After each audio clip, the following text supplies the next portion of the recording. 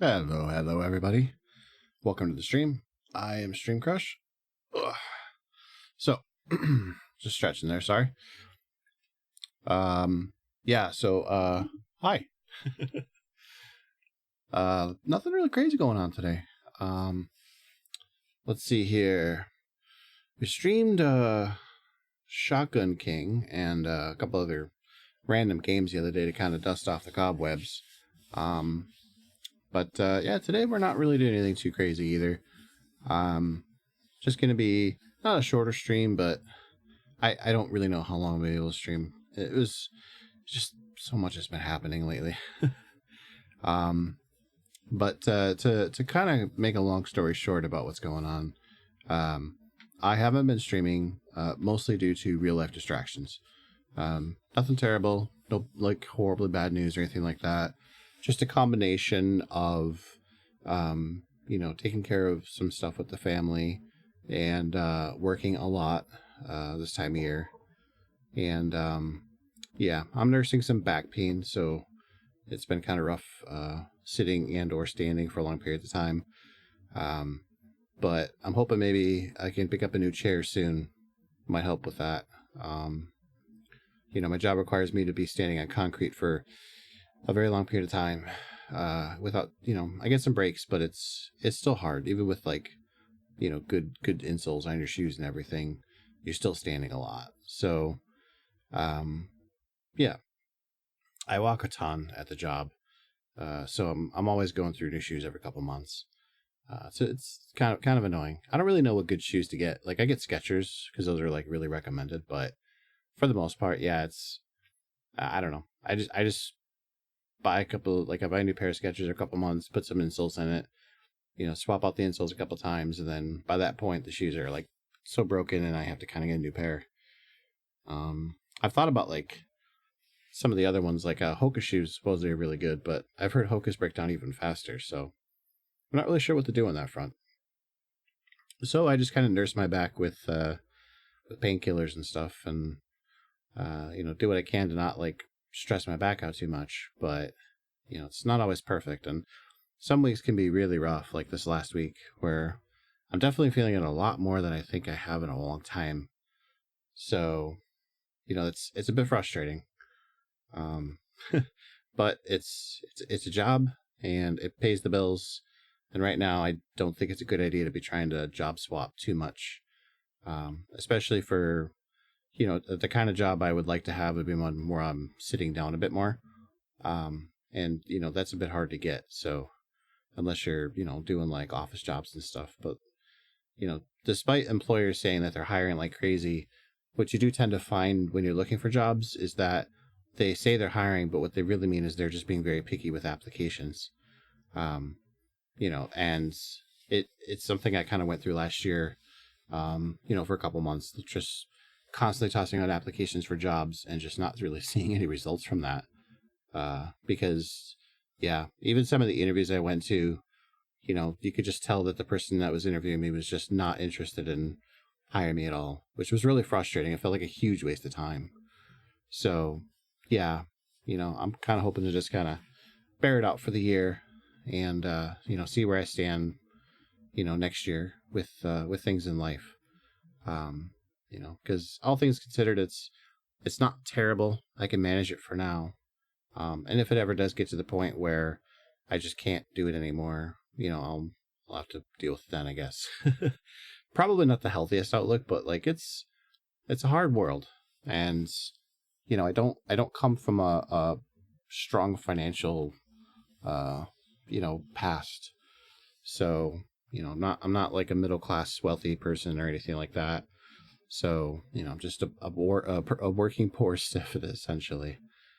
So yeah, and not to detail my life behind the scenes too much, but I've had a lot of events where life has kind of cut me off at the knees and uh, hindered my progress. So and some bad decisions on my end too. I won't blame it all on just life in general. I've made some pretty dumb mistakes in the past, and definitely part of the reason I am why I am right now. Not all bad, but you know. But anyways, enough about me, right? You're not here for that. Who would be here for me? uh, anyways, yeah, today we're going to be watching the Capcom Next, I guess you'd call it direct. It's not really a direct per se, but yeah, they're not announcing much. They already kind of told you what they're going to announce. It's the Kunitsu-Gami, like gameplay overview. They also released a demo, which I've downloaded and I'm ready to play it because I'm kind of curious. I saw Maximilian Dude kind of showing it off on his stream the other day. Because he gets invited to all these events all the time, and yeah, I'm kind of curious to see how it actually plays for myself. It looks interesting for sure, and I'm really glad that Capcom's in this financial position now to be more experimental. Like it's really weird to think about this. Again, kind of referencing Maximilian Dude, since he's very much a Capcom fan. Like I'm roughly the same age he is. He's like a little bit younger than I am. But we both grew up in that era of Capcom and Konami, and a few other companies, but like these were like the cream of the crop for gaming companies. Yeah, they put out some stinkers occasionally, but they made banger games. They made great games. And Capcom, well, Konami has definitely fallen off. Although they do seem to be kind of attempting a bit of a comeback arc. But they burned a lot of bridges. Konami did. So I don't really know how that's going to work out for them. But with some of the collections and stuff they've been doing, and now they got like Metal Gear coming back and everything, maybe there's hope for Konami yet. But Capcom, like, I don't know what the hell happened to Capcom. Like, if Konami was like the drug bender, like everybody just went nuts and fired everybody kind of thing that happened in the 2000s. Capcom was like, we need to copy everything that's going on in the West. And they didn't really have much success with that. The HD era did a lot of damage to smaller companies, particularly from like Japan. I honestly think that like the Nintendo DS and the Wii really helped kind of keep some Japanese companies going, because the lower fidelity of those systems allowed them to continue to produce games that wouldn't destroy their budgets. But once the handheld market started to kind of fade out, and consoles had mostly moved over to HD, I feel like a lot of these companies just weren't able to produce a lot of the same types of games they used to. It became more expensive to take risks. And Capcom, I mean, they've always kind of straddled this weird line of like occasionally taking some risks, but always kind of feeling like they're very dependent on their franchises. And that's fine, like the revival of Street Fighter was the 2000s, right? Resident Evil had good games in the 2000s, 4, 5, and I guess 6 a little bit. But like they also had like Outbreak and stuff. Like they did some pretty decent, Resident Evil games back then. Not all great, but like, yeah. They had Lost Planet. It was pretty kind of cool. Like it's not like they didn't try. Dark Void is a good example of like them trying to be like coming up with some kind of a more original type of franchise. But yeah, they definitely had a weird period there, especially in the early 2010s where it felt like they just really didn't have anything. They did that DuckTales revival. But Street Fighter 4 was kind of starting to die out a little bit. That the enthusiasm for it, at least on the mainstream side. 5 was starting to kind of take shape, and that's kind of about it. I mean, RE2 remake was kind of a long way off. They were remaking, or like I should say, reporting, continuing to port, or whatever you want to call it, RE4, the OG RE4 to everything. And they did the RE remaster. They brought that and RE0 back to the modern consoles. But yeah, I mean, it's just been kind of weird for them. And then when the RE engine debuted, they had RE2 remake, Monster Hunter World. It definitely was like they just found gold. And ever since then, they've just been not only getting better at what they're doing, but understanding the market they serve better. Like I would honestly say, like I'm not playing Street Fighter 6. But everything I've seen about Street Fighter 6 feels like it would fit the type of person that I have become as a Street Fighter fan.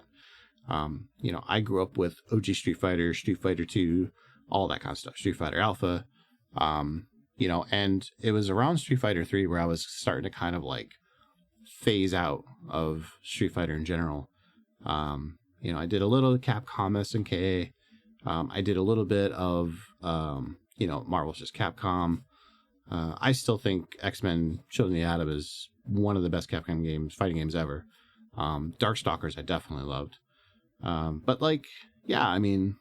towards the end of the 2000s, I was starting to kind of burn out on Capcom fighters, but I've always appreciated that kind of like feeling like you could hop in and just have a match that the earlier Street Fighters felt like they had. The Street Fighter 4, I really liked. A lot of people nowadays, it seems like they look down on Street Fighter for a bit more than I remember them. But I don't know. Maybe I need to revisit Street Fighter 4 sometime and kind of maybe rethink my opinion. But I really liked it. I didn't get into Marvel vs. Capcom 3 as much. It wasn't on PC at the time, and actually still I'm a big PC gamer. And by the time 3 actually hit PC, it was kind of old. The hype for it had long gone. Although there was still hype that it was on PC, and I'm glad it's on PC. But yeah, it's Capcom still put out some stinkers. Marvel vs. Capcom Infinite definitely wasn't that good. Although of course, if you've seen Maximilian's, he's doing this kind of production thing with it. He's got a bunch of people who are doing dev work on it to fix the graphical issues, as well as introducing maybe potentially some new features or, just stuff. It looks really good so far. A long ways out from ever really being complete. I maybe would think you might see a realistic demo type of it, maybe by the end of the year, but probably more next summer. You'll probably see a bigger reveal of a more complete package. And that might be something that would entice me to kind of hop in and check it out. But yeah, Capcom's just been getting better and better at producing really good games, and not only that, but feeding the fans. So yeah, it's kind of nice to see that at least a handful of Japanese developers have kind of gotten their feet underneath them and been producing some pretty good games. Unfortunately, I wish there was more. I don't think we're ever going to see the heyday of Japanese developers like we did in the 90s and early 2000s. I feel like that's kind of a thing of the past. There are still some, but many of the smaller ones that you know of have either gone towards more of an independent developer type of aspect, or they're just kind of fading out. They don't have the money to really keep going. It's not uncommon to see some of the smaller companies are basically yeah, we've banked everything on this game. There's just not much money in that kind of stuff anymore, unfortunately. Games just take it's expensive to make a game that people are going to have enjoyment on. And I think it's not necessarily that they can't do these things. If you think about it for a moment, how long would it really take you to produce a Super Nintendo level experience, right? The problem is there really a market for that anymore? Could you sustain a living off of that? I don't really know. I'm sure it's possible if you could develop a big enough cult following. But it really reminds me of late 1980s and early 1990s PC and computing. While the consoles were all doing their more mainstream thing, you could kind of get some really crazy stuff. If you look at Japan with the PC-88, this is basically an IBM PC that had some pretty decent power for the time, or the Amiga, Commodore stuff, some of the Atari, late gen Atari stuff.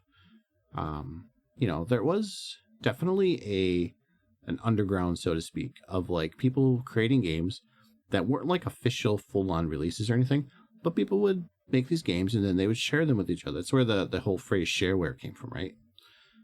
One of the most infamous ones that most people will know is Wolfenstein, and its eventual brother, sibling, whatever you want to call it, Doom. These games were made by just a handful of coders and released. And, at the time, I mean, Doom and Wolfenstein were both doing shit that like blew people's socks off. But there was definitely a market for people to kind of, create like smaller titles with smaller people, smaller teams and smaller budgets, and be able to distribute them in a way that kind of created a community for people to play, and just kind of enjoy the whole process of everything, right? Drama and all. Modern vintage gamers had some videos about like the Amiga hacking scene, drama and stuff, and it's kind of fascinating to hear about the old days like that, because it's weird that like it meant so much to people, and nowadays nobody would have any idea how that, the idea of like cracking a game and all that. Yeah, I mean, you can download a torrent of games that's already been cracked and stuff, but it's not the same. It's just not the same. As times have changed, the people who had grown up through that era, it's all no more. You'd have to be there to really kind of get it. And maybe there's, a potential resurgence of that. It feels like there might be a little bit of one. You do see some more Japanese developers starting to experiment with Steam, which is good, which is definitely good. Releasing maybe a little bit of their old back catalogs and stuff like that. It's certainly possible to kind of see maybe, especially as it feels like the industry is starting to realize that investing in like the biggest, most expensive, big budgeted games is not necessarily a good return on investment. It's a massive risk and not potentially a good payoff. It does seem like we're kind of starting to turn back towards the AA, smaller indie, if you want to call it, like type of world. Because if you look at like where a lot of the big hits have come on the PC side of things lately, it has been from that, from that avenue. So, if you look at like, for example, Pal World, Pal World is a, small team, relatively speaking. It's a basic concept of, Pokemon with survival elements and guns. But if there's a game there and people really liked playing it, and I won't deny that the Pokemon part was a big gimmick, but it worked, right? It got people's attention. They make good money. And if you're developing a, $200 million game with, 1,000 people on your dev team, and you're looking at how much money this, studio put out with these, almost looking like they slapped together some assets. I hate to say it like that, but, it's all cohesive, but it all doesn't really look super duper high polished professional. It looks like what it looks like. It looks like a lower budget game. And that's not a knock against Power World. It's just the reality. It's like, it doesn't look like Spider-Man 2 or God of War, right? It's not on that level of visual fidelity, but it doesn't matter, right? Because, ultimately what you get is a game that people desired. They want a fun game. And the money that the studio that made Power World has raked in since then is kind of astronomical. Now, obviously, it's been a few months. The hype for Power World has kind of died down a lot. It's obviously never going to hit those peaks again. But it doesn't matter, right? Because here you are, you have, a success for a studio that has never really made a major game before. Stellar Blade's kind of another example of that. Stellar Blade is not a huge title. It did okay on the PlayStation 5. I think they just celebrated over 1 million copies sold, which is pretty good. It's not like mind-blowing numbers, but consider that this is a brand new franchise from a studio that has made mobile games, but has never made a console game. It does not have, let alone, they made like mobile gacha style games. Like they did not make this is more of a, Devil May Cry game with like Souls aspects, right? Like they've never made a game like that. And it did not have the biggest budget. It looks good and it performs well, but you can definitely tell when you're looking at the game that it is not like quadruple A, massive budget, blah, blah, blah. The only massive things in those games are the tits and asses. And the swords, really big swords, but like, yeah. And obviously, her female form is a major selling point of the game, but like the game itself is still very good.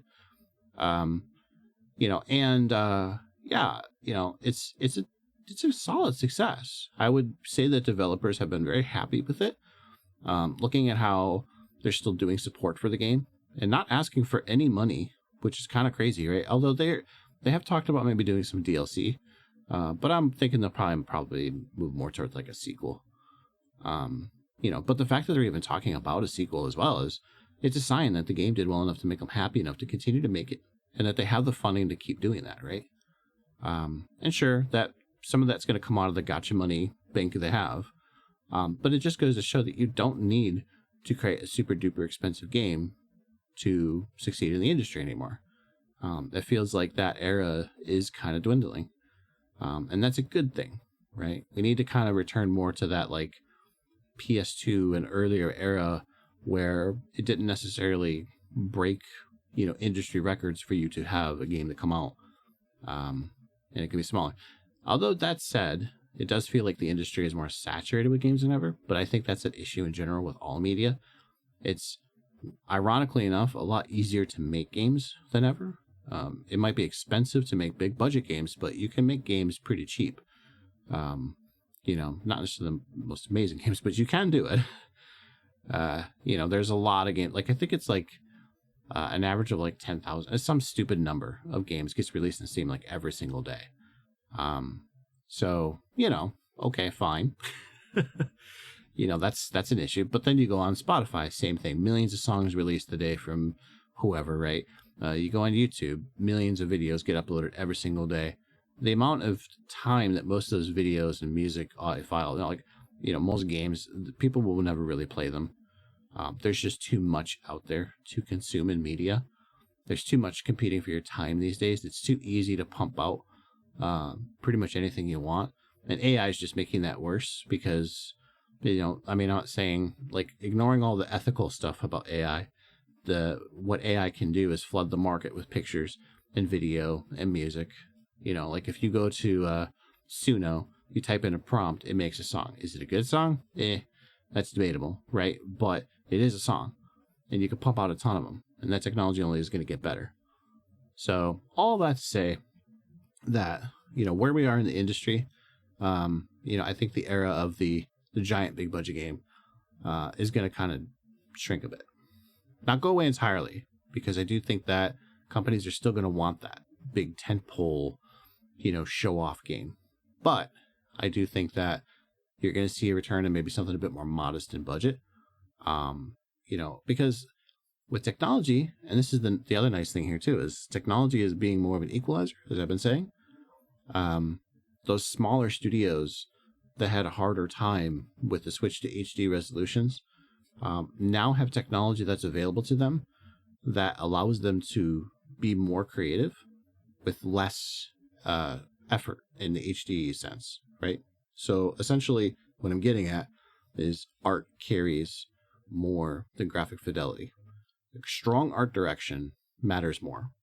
As long as you can get it to the right resolution and the right frame rate that you're happy with, getting it to a good art style is going to be more effective for your company than just focusing on raw fidelity. Because at this point, any game can be looking with great raw fidelity, right? So, it's no longer the selling point it used to be. So, that's why Nintendo playing the long game, it works out pretty well for them, because let's assume for a second that the Switch 2 launches, with like PS4 Pro level specs. Well, the PlayStation 4 isn't a slouch. And even today, there's a lot of games on the PlayStation 4 that still hold up extremely well. Like, nobody's going to be looking at a game like any of the Uncharted's, like Uncharted 4. Is Uncharted 4 an ugly-looking game? By no means is it an ugly-looking game, right? Is The Last of Us Part 2 an ugly-looking game? I mean, yeah, you might not be a fan of, like, Abby or whatever, right? But, like, the point is like, no, graphically, like, fidelity-wise, no. Last of Us Part 2 is an amazing-looking game. What about, say, God of War, right? Or Spider-Man. Like you look at like your PS5 and you look at those PS4 games, is anybody gonna say that Mortal Kombat X is a bad looking game? No. Is it aged maybe a little bit? I mean, kinda. But like not like awfully. It still holds up just fine. Right? Even something really old, like Bloodborne came out in 2013. Bloodborne has frame rate issues. Some of the textures are a little blurry, but like otherwise the game's fine. If you put it on the PC It would probably get rid of the frame rate issues, but like other than that, you wouldn't need to do anything else to it, right? Yeah, you could run in 4K with higher frame rate, high resolution, but like art direction wise and how the game plays and everything, it's still just fine. Holds up great. It holds up a lot better than you would say the OG Demon Souls on PS3, right? So that's where you can tell that we've had a leap in technology. It's going from something like Demon Souls or Dark Souls on the PS3 to Bloodborne on the PS4. But going from like Bloodborne on the PS4 to Demon Souls on the PS5, yeah, Demon Souls looks pretty good. But Demon Souls on the PS4 or PS5 isn't really doing anything that the PS4 couldn't do. It's just rendered in a nicer resolution, with and a good frame rate.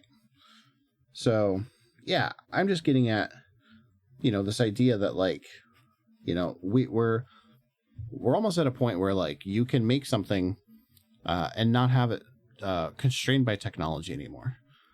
So, and with that, I think that budgets don't matter as much anymore either, because the only thing budget's going to get you, like there's just going to be a point where like putting more money into your project for better fidelity is going to be a diminishing return. So at a certain point, you're just going to have to just, like choose the level of fidelity you're looking for, and then just kind of like work with that. You want your game to look like a Super Nintendo game? Great. You want your game to look like real life? Great. You can do all of that. It's just how much money you're willing to spend and how much do you think you're going to get back. Again, I think that's where we're at now. You're no longer limited by Super Nintendo graphics or PlayStation 1 graphics or, anything like that. You can make games look hyper realistic now in ways that we weren't able to before. Is it like real life? Obviously not. But, you can have incredibly detailed faces. You can have incredibly detailed environments, in a way that's convincingly realistic. And all you have left to do now is to worry about how well is your game designed. And I feel like that's where companies like Capcom have really been thriving, is the core design of Capcom games hasn't changed much. And like Nintendo, that DNA of the company kind of has stayed intact throughout the years. And that's why they've been able to stay so relevant.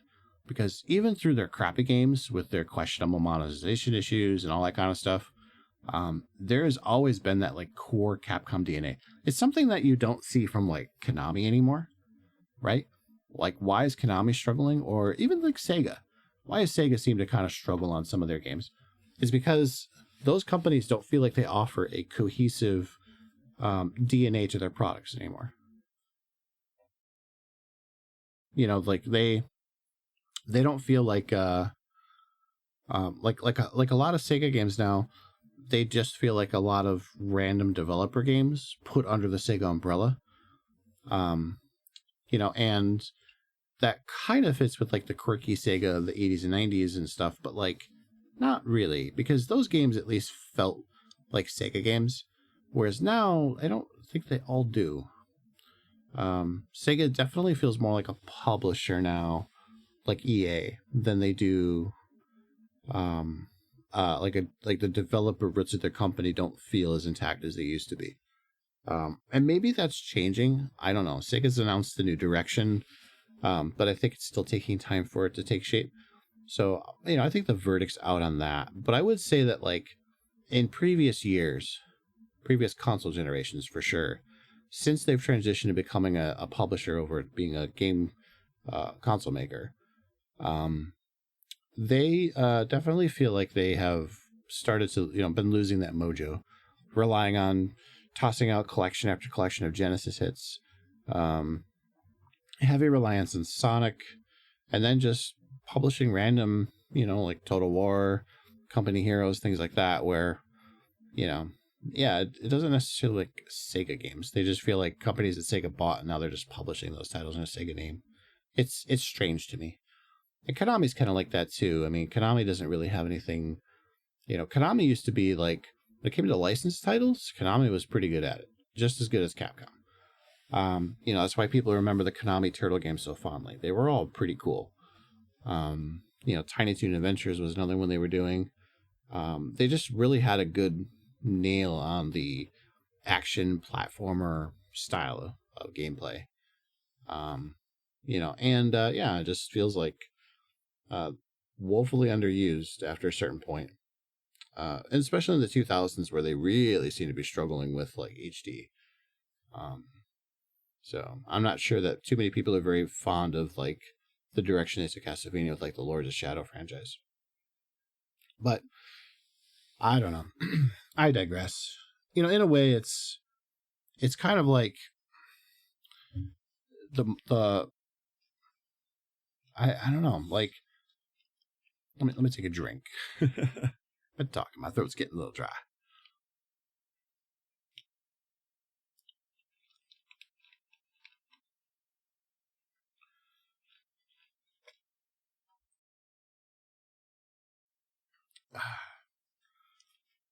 Let's see. Where was that? Yeah, it kind of feels like some companies are capable of mounting a comeback, and some companies feel like they're struggling to remain relevant. Maybe that's why Microsoft kind of has that strange vibe to them right now. But I don't know. All right, I've been yapping on about this for like 30 minutes. But yeah, let's move on with the Capcom Summer blah blah blah blah blah blah blah.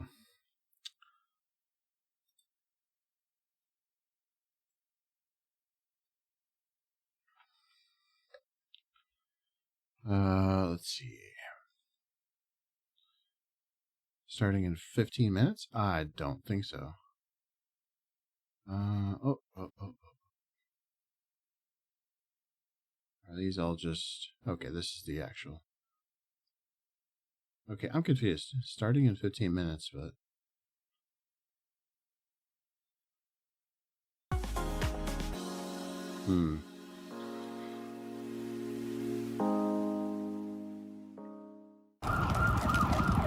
Okay, in the corner there. So these are all just previews of things they've already announced.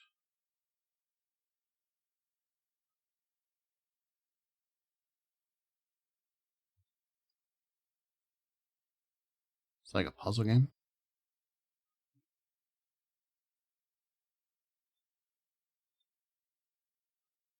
This is a re-announcement. Yeah, that's just a re-announcement of Capcom Fighter Collection. Wait, what? This is different, actually.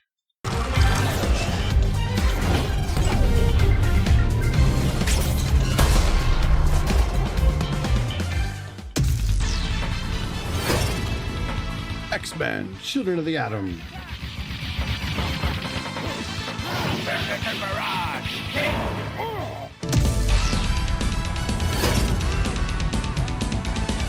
Oh yeah.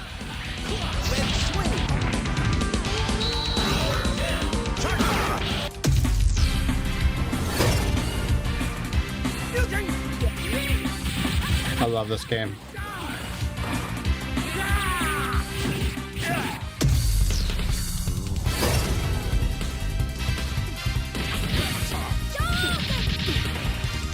Behold, Optic Blast! Go, buddy! See ya.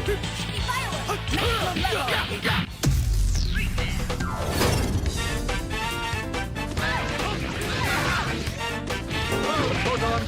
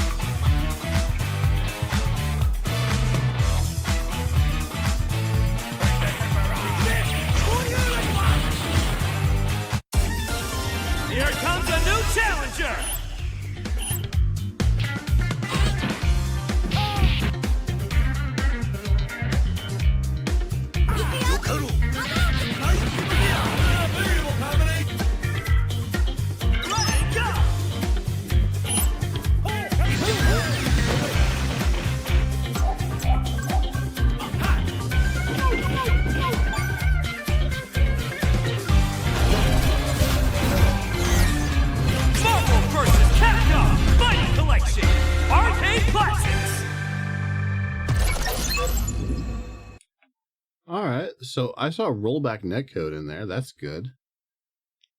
Let's see here.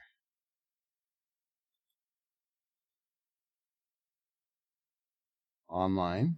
Yeah, that's kind of good. Lobby matches with friends. Casual matches for laid back battles.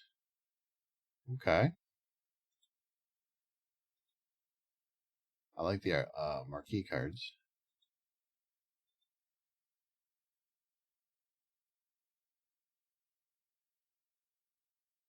The trainer thing is kind of cool too. I love how it's like, and the Punisher. We have all these other games and the Punisher. Interesting that they don't have the because like the arcade 1-up ones have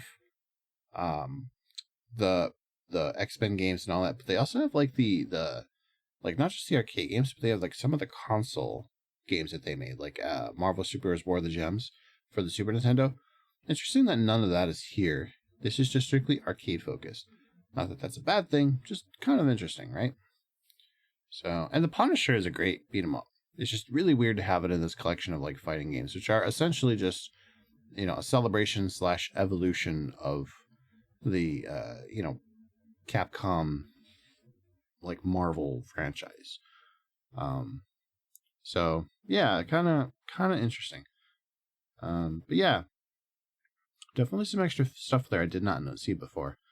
So I'm sure other people have spent way more time on that, but Ace Attorney, the new Monster Hunter, that's the same one we had before. Street Fighter. That's all. Okay, here we go. Finally, don't forget to wishlist Monster Hunter Wilds, the latest title in the Monster Hunter series. Does look good.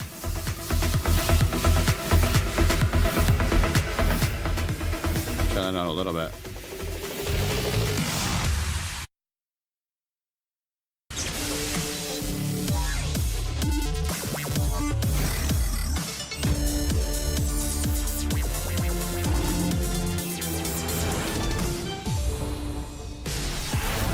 Hello everyone, welcome to Capcom Next Summer 2024. Today we'll be giving updates on 3 titles. Dead Rising is back from the dead with a deluxe remaster. Check out this and other games from Capcom this summer.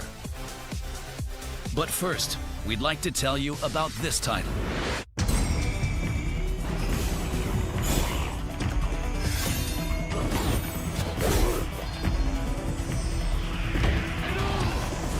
This game does look pretty cool.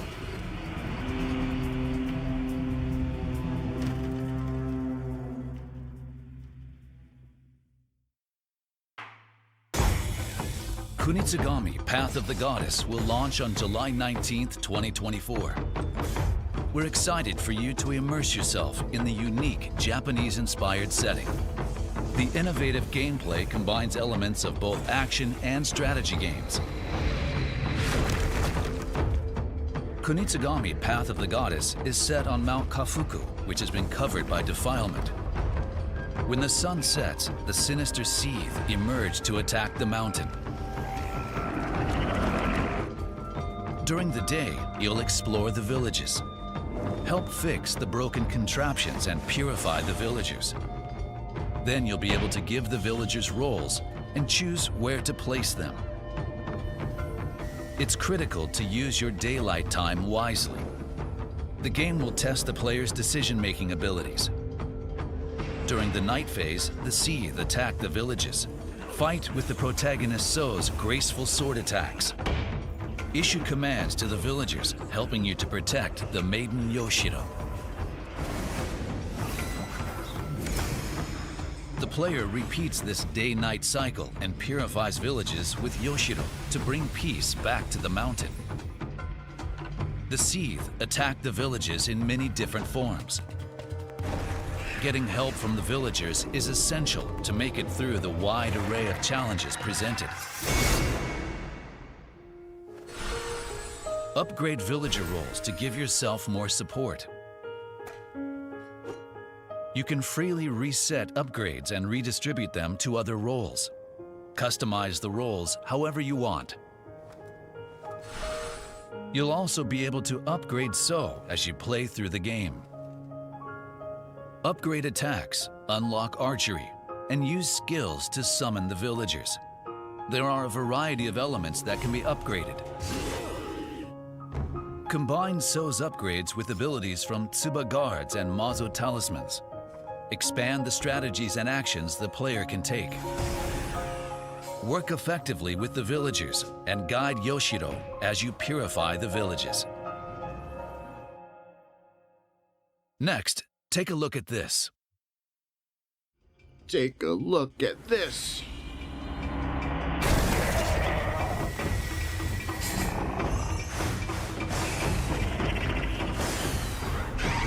This should be a fun playthrough.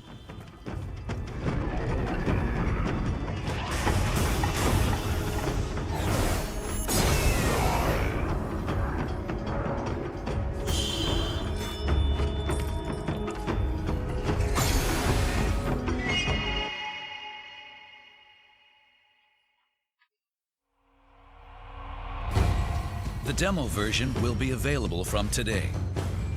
You can play part of the main story in a demo version, and there's no limit on playtime or the number of times you can play. We're excited for you to experience this unique combination of action and strategy. We also have a new announcement.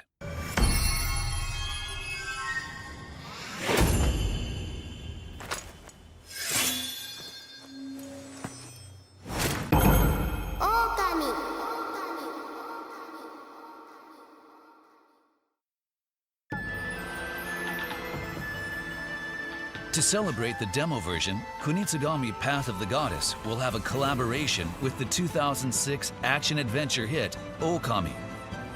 Collaboration costumes for the main character, So, and the maiden Yoshiro. There will be collaboration weapons, and we have collaboration music in the game as well. In order to celebrate the Kunitsu-Gami Path of the Goddess demo, we're having a special festival. One of the themes of Kunitsu-Gami Path of the Goddess is working with others to achieve a goal. If enough players work together and try the demo version, we will include the Okami collaboration items as a free title update on release day for everyone who purchases a copy of the game. That's cool. I like that.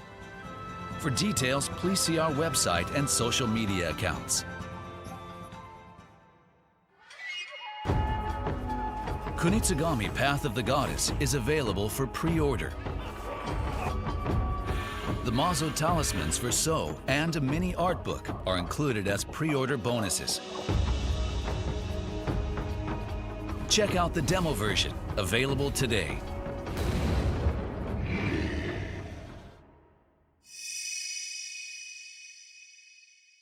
Wow, that's actually pretty recent.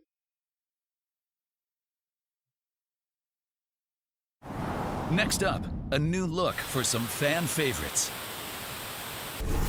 Want the inside scoop on the recently revealed Dead Rising Deluxe Remaster? We've put together an exclusive top-secret program full of undead mayhem. Join us as we sit down with key development team members from each title to unearth the secrets of Dead Rising and the new look for Resident Evil 7. First, take a look at the trailer. Oh, baby. Can't wait to see this.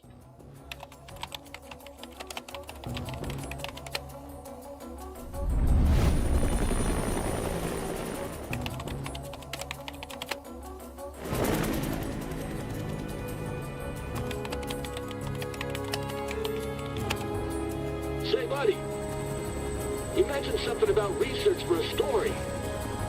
Frank West. Remember that name, because the whole world's gonna know it in 3 days.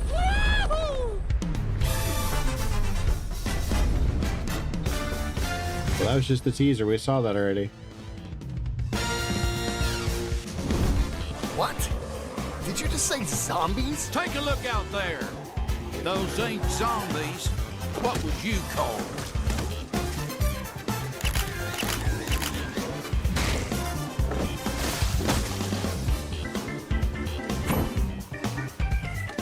Quick, move! Get over here!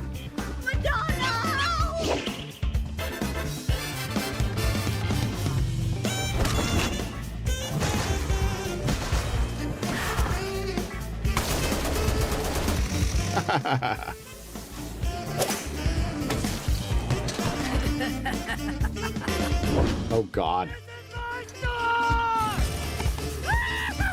A customer!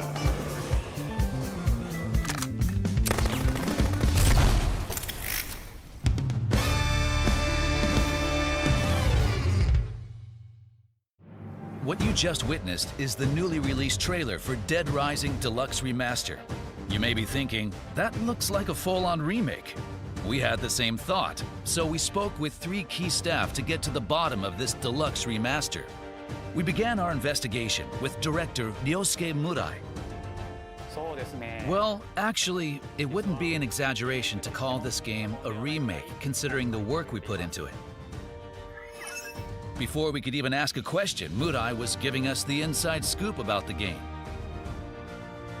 The first thing you'll notice is the improved graphics. The new specs allow the game to run at 4K 60 FPS. Wow. We've also made quite a few quality of life improvements, like the ability to move while aiming, as well as other adjustments to make controlling Frank more intuitive. That's a Thanks good to thing. popular demand, we've added an autosave feature and fine-tuned the user interface. The game will be fully voiced in 9 languages, with text in 14, giving more players around the world a chance to enjoy characters' dialogue. We've also made some improvements to NPC behavior that we hope will make surviving the zombie apocalypse with all the colorful characters that much more enjoyable. That sounds like a complete overhaul.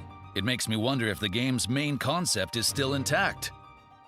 If you've played the original, rest assured that its core remains unchanged in this deluxe remaster. We did our best to respect the direction of the original game. We kept the fundamental gameplay the same while improving upon the user experience. With this, we believe that both veterans and newcomers alike will be able to enjoy a fresh experience. Our goal was to ensure that today's players would experience the same shock players felt when the original game was released. We believe we accomplished this goal with Dead Rising Deluxe Remaster. We hope that everyone will give it a try. Unable to get any definitive answers out of director Murai, we gave art director Satoshi Takamatsu the 3rd degree. It turns out he had ambitions of his own for this project. Because the original came out 18 years ago, there were many limitations during development. Thanks to nearly 2 decades of technological advancements, we were able to accomplish a lot that couldn't be done back then.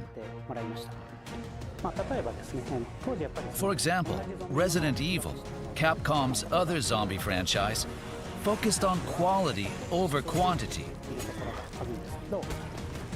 Dead Rising took a different approach. The goal was to pack as many zombies as possible into that huge shopping mall. This meant each individual zombie wasn't as polished as we would have liked. However, this time around, we were able to focus on quality as well. As the art director, I couldn't be more pleased that we were able to apply high-end modeling and production to both the main character Frank and all of the NPCs. Of course, another critical aspect of Dead Rising that we have to address is the shopping mall setting.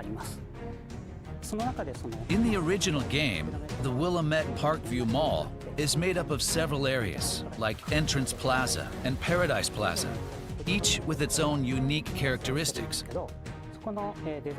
We've taken these designs and evolved them even further by adding real-time lighting and shadow effects, so that each location takes on a different appearance, depending on the time of day. That's how much detail we've put into this project.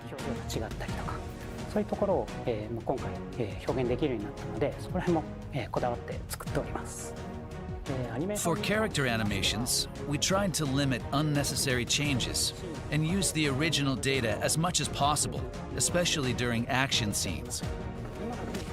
We could have made them more realistic with today's tools.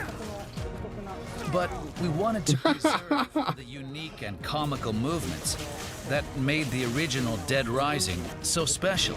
当時のアニメーションが一番ベストだと思っておりました。 Okay, so I haven't really been talking because I've been kind of engrossed in this, but like that's a really awesome thing to hear. Like I feel like with like the push for higher fidelity graphics, we've lost a bit of the silliness that video games can let you do.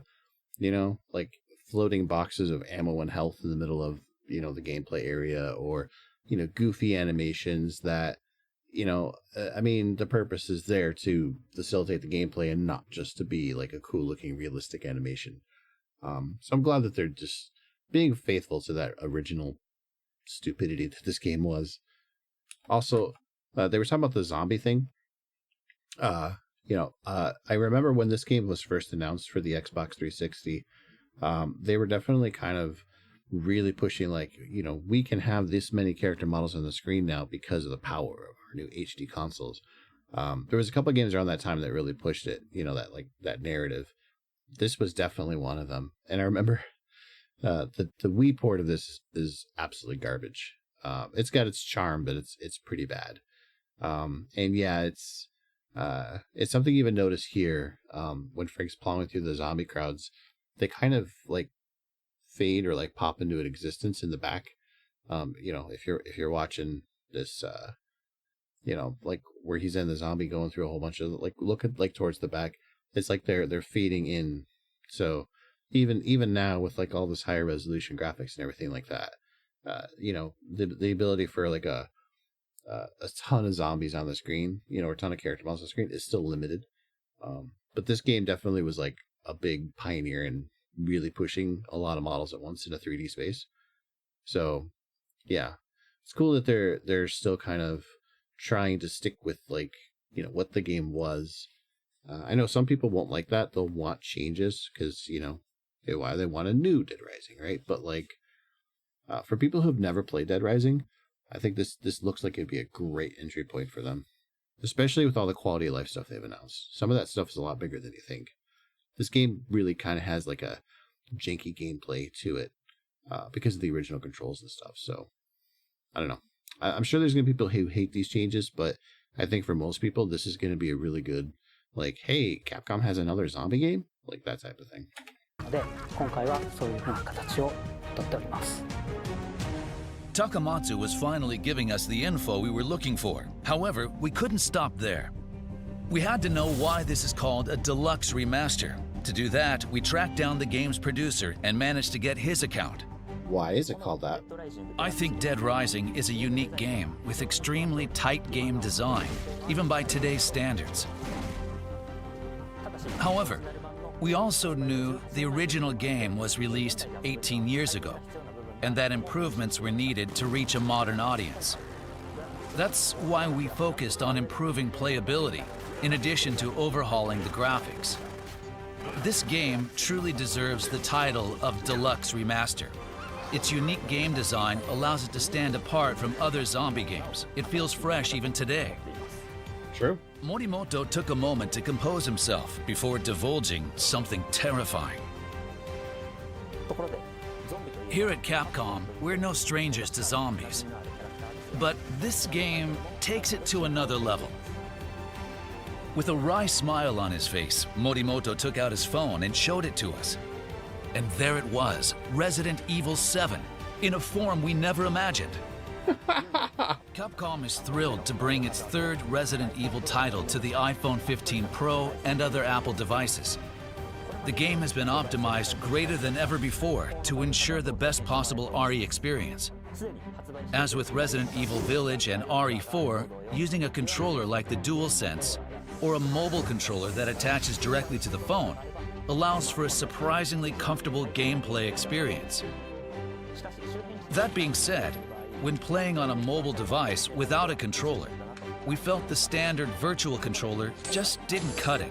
So the development team took it upon themselves to optimize the touch controls for Resident Evil 7 on iOS. One of the biggest challenges we faced was implementing the auto fire feature. You can enable this setting so that your weapon fires automatically when aiming at an enemy. So if you hear what he's talking about, this is exactly what I was talking about earlier. Like, the fact that such a small device like an iPhone can make a game like this. I mean, to be fair, Resident Evil 7 is getting a little older now. I think this game came out like, what, 2014, something like that. So it's like almost a decade old now, which is kind of crazy to think about. But like, look at how well it holds up still. It still looks good, right? And this is on an iPhone. You know, this is like a super thin little device that fits in your pocket. And you're getting graphic fidelity like this out of a device like that. So like, we're just kind of at that point with video game graphics where it's less about how hard you can chase the graphic, you know, the power of your console in terms of graphics, you know, but more about like, what can you do with all that power?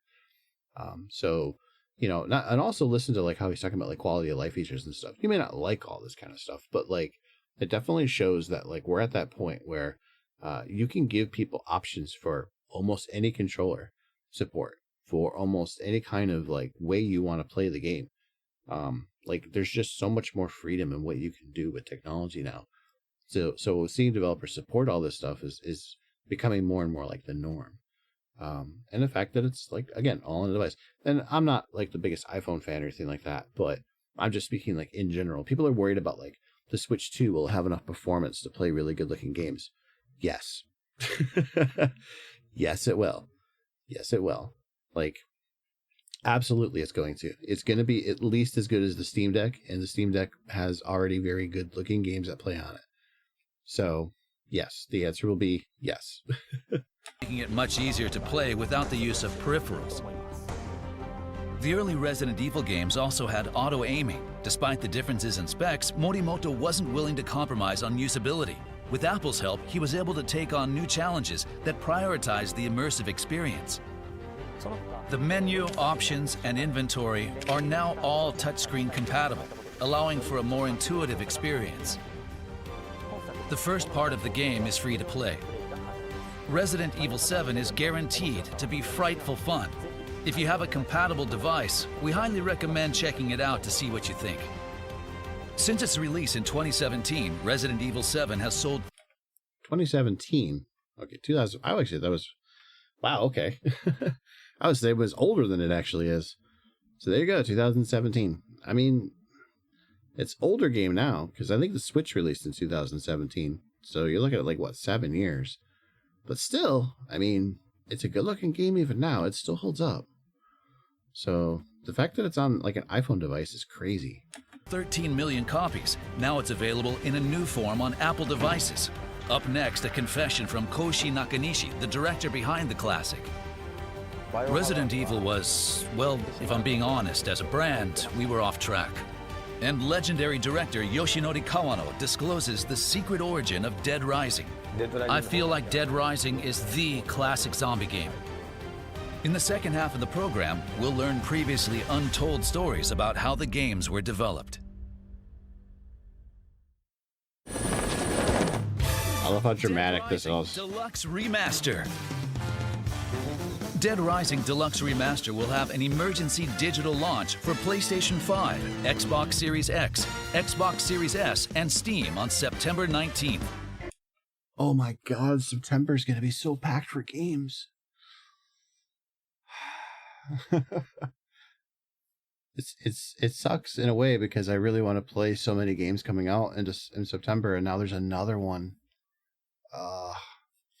Maybe I'll save this one for October. It'd make a really good Halloween game. Man. Yeah, I think that's probably what I'll do is I'll hold this off till October, but I don't know. That's crazy though. How many games, like a couple months ago, I didn't even think there'd be this many games being announced all at once for us. September, October, and we haven't really got a ton for November yet, but like September and October are just stacked at this point. It's kind of crazy. The Dead Rising Deluxe Remastered Digital Deluxe Edition will include additional costumes and mall background music, and will be available with the regular version on September 19th.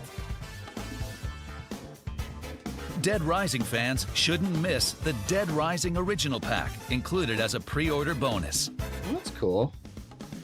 Pre-orders are available starting today. I mean, I doubt they're going to do a Dead Rising 2, but you never know. Welcome to the family, son.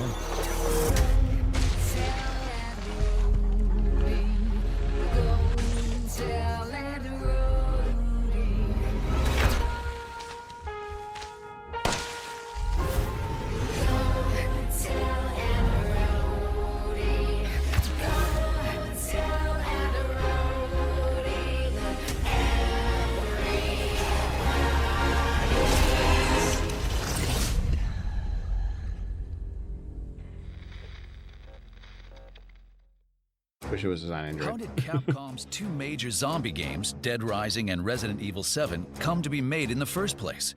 We interviewed the directors of both titles to learn more about the games. First, we have Koshi Nakanishi, the distinguished director of Resident Evil 7. Follow along as he shares previously undisclosed information about the game's origin. When we first started development, Resident Evil was... well, if I'm being honest, as a brand, we were off track. The action element had been expanded, and fans reacted much more negatively than expected. Yeah. In the end, an RE game has to be scary. So we took another look at it. And the general consensus from fans of the series was that a Resident Evil game is one that should scare the hell out of you. That was the starting point for Resident Evil 7. I played Resident Evil from the beginning, and those early games were terrifying. I was excited to try and make Resident Evil 7 into a game that would live up to the RE name. The fear-inducing Resident Evil that Nakanishi was after had a major impact upon its release. But the course that he chose was far from the path of least resistance. In order to make a fear-focused Resident Evil, many elements of the game had to be re-evaluated from scratch. Like the setting, characters, the game system. Anything that didn't induce fear had to change, and sometimes we threw the whole thing out. And in order to make it scarier, we decided to go with a first-person point of view. Up to that point, RE had been third-person perspective with the character on the screen. But when you're viewing the world from a safe distance behind a character, it's not as immersive and frightening. First person forces you to be up close and personal.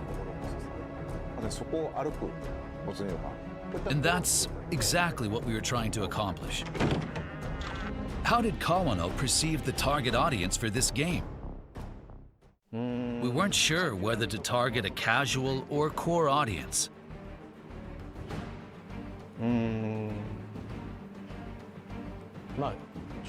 However, we trusted management's concepts and made what we thought would be fun.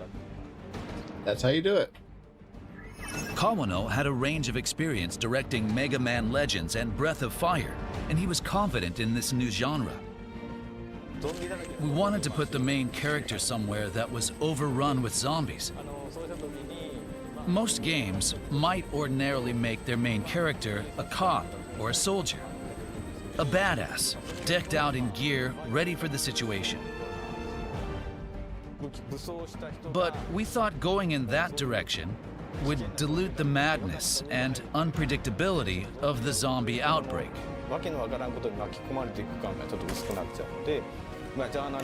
So, we made him a journalist. We focused the story on him being trapped in a place full of zombies, trying to escape, and rescuing survivors along the way, so that they can all make it out together.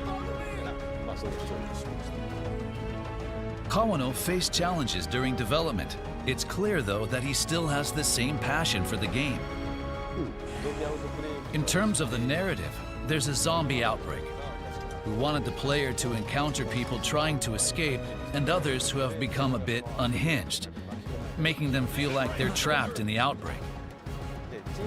On the development team, we all felt like it was a fun game, but others who saw the game were kind of taken aback.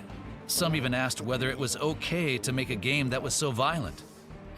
What? Second, we started to doubt ourselves. Such an innovative project was bound to grapple with internal friction. But Kawano had a trump card to play: fan expectations. We previewed it at a game show and got mobbed. Players loved that you could use a parasol to kill zombies or put buckets on their heads. That's when I knew we'd done it. I still can't say whether it was targeting core or casual players, but everyone loves zombies, and being able to mess around with them in so many ways. I thought people in Japan and abroad would all like the game. However, RE4, a game without zombies, was released the year before. Was Dead Rising trying to dethrone the RE franchise? I think that makes Dead Rising one of the classics. Also, I think anything with zombies needs a sense of humor. I like this guy. A zombie outbreak is a disaster, but I think you need to laugh too. If there are laughs, you can have some tears as well. Resident Evil, on the other hand, is cooler. The main characters are very cool. Kawano's continued passion for the game was evident from his intensity. Shinji Mikami made the Resident Evil games, so of course they have a sense of humor. Giant dolls appear and walk around. But I think we really filled Dead Rising with a ton of ridiculous stuff. If you're looking for a clear answer to that question, in the context of this program, I think it's fair to say that Dead Rising is the classic zombie game.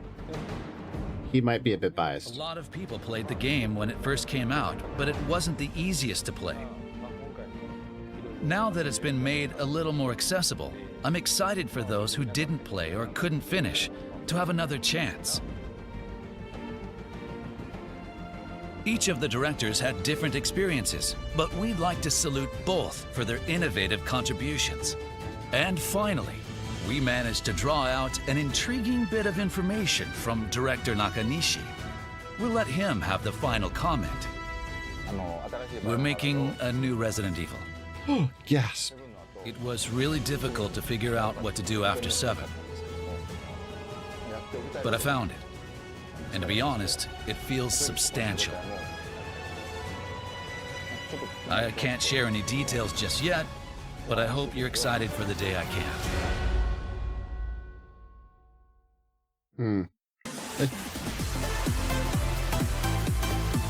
Here's a That was quick it? roundup of the games we introduced today that will be launching soon. Okay, we don't need a recap. They're just going to talk about all the titles launching. That is interesting that they would end, because like they said there would be no announcements, and then here it is. So this is the guy that did the directing for RE7, not RE8. But it's funny that they're like, we're making a new Resident Evil. It's like, yeah, everybody knows this. What's interesting about this is they're not saying anything else. Like, sometimes you can make an announcement, but like what you're not saying can also be an announcement. This doesn't mean they're not making other Resident Evils. This just says they're also making a new Resident Evil, right? So there could be some remakes or, you know, like trilogy releases or whatever, right? Like, and also we don't know what else they have in the pipeline. Maybe the new Dino Crisis. That would be kind of cool. But they kind of tend to do the pattern so far has been mainline title remake, mainline title remake. They just got done with RE4 remake, so we should be looking at Resident Evil 9, and that's probably what this guy's going to be, revealing or whatever, right? I think some of the people in the RE community have been talking about this for a while now, and I think the general consensus is we're probably looking at like early next year when they start talking about it, which kind of makes sense. It seems to be kind of like the pattern with the RE stuff now. So, I don't know. They did say open world was a big rumor for Resident Evil 9. So, that's going to be interesting because how, like RE7 worked as a scary game because of they went back to the mansion type of environment. And I'll admit, like, and I think a lot of people will too, that the last bit of Resident Evil 7 kind of, with the ship and everything, kind of goes off the rails a little bit. It gets a bit to the old, action side of Resident Evil and, the goofy side. It definitely starts to lose some of its, like, scariness. And then Resident Evil Village is a good game, but I feel like I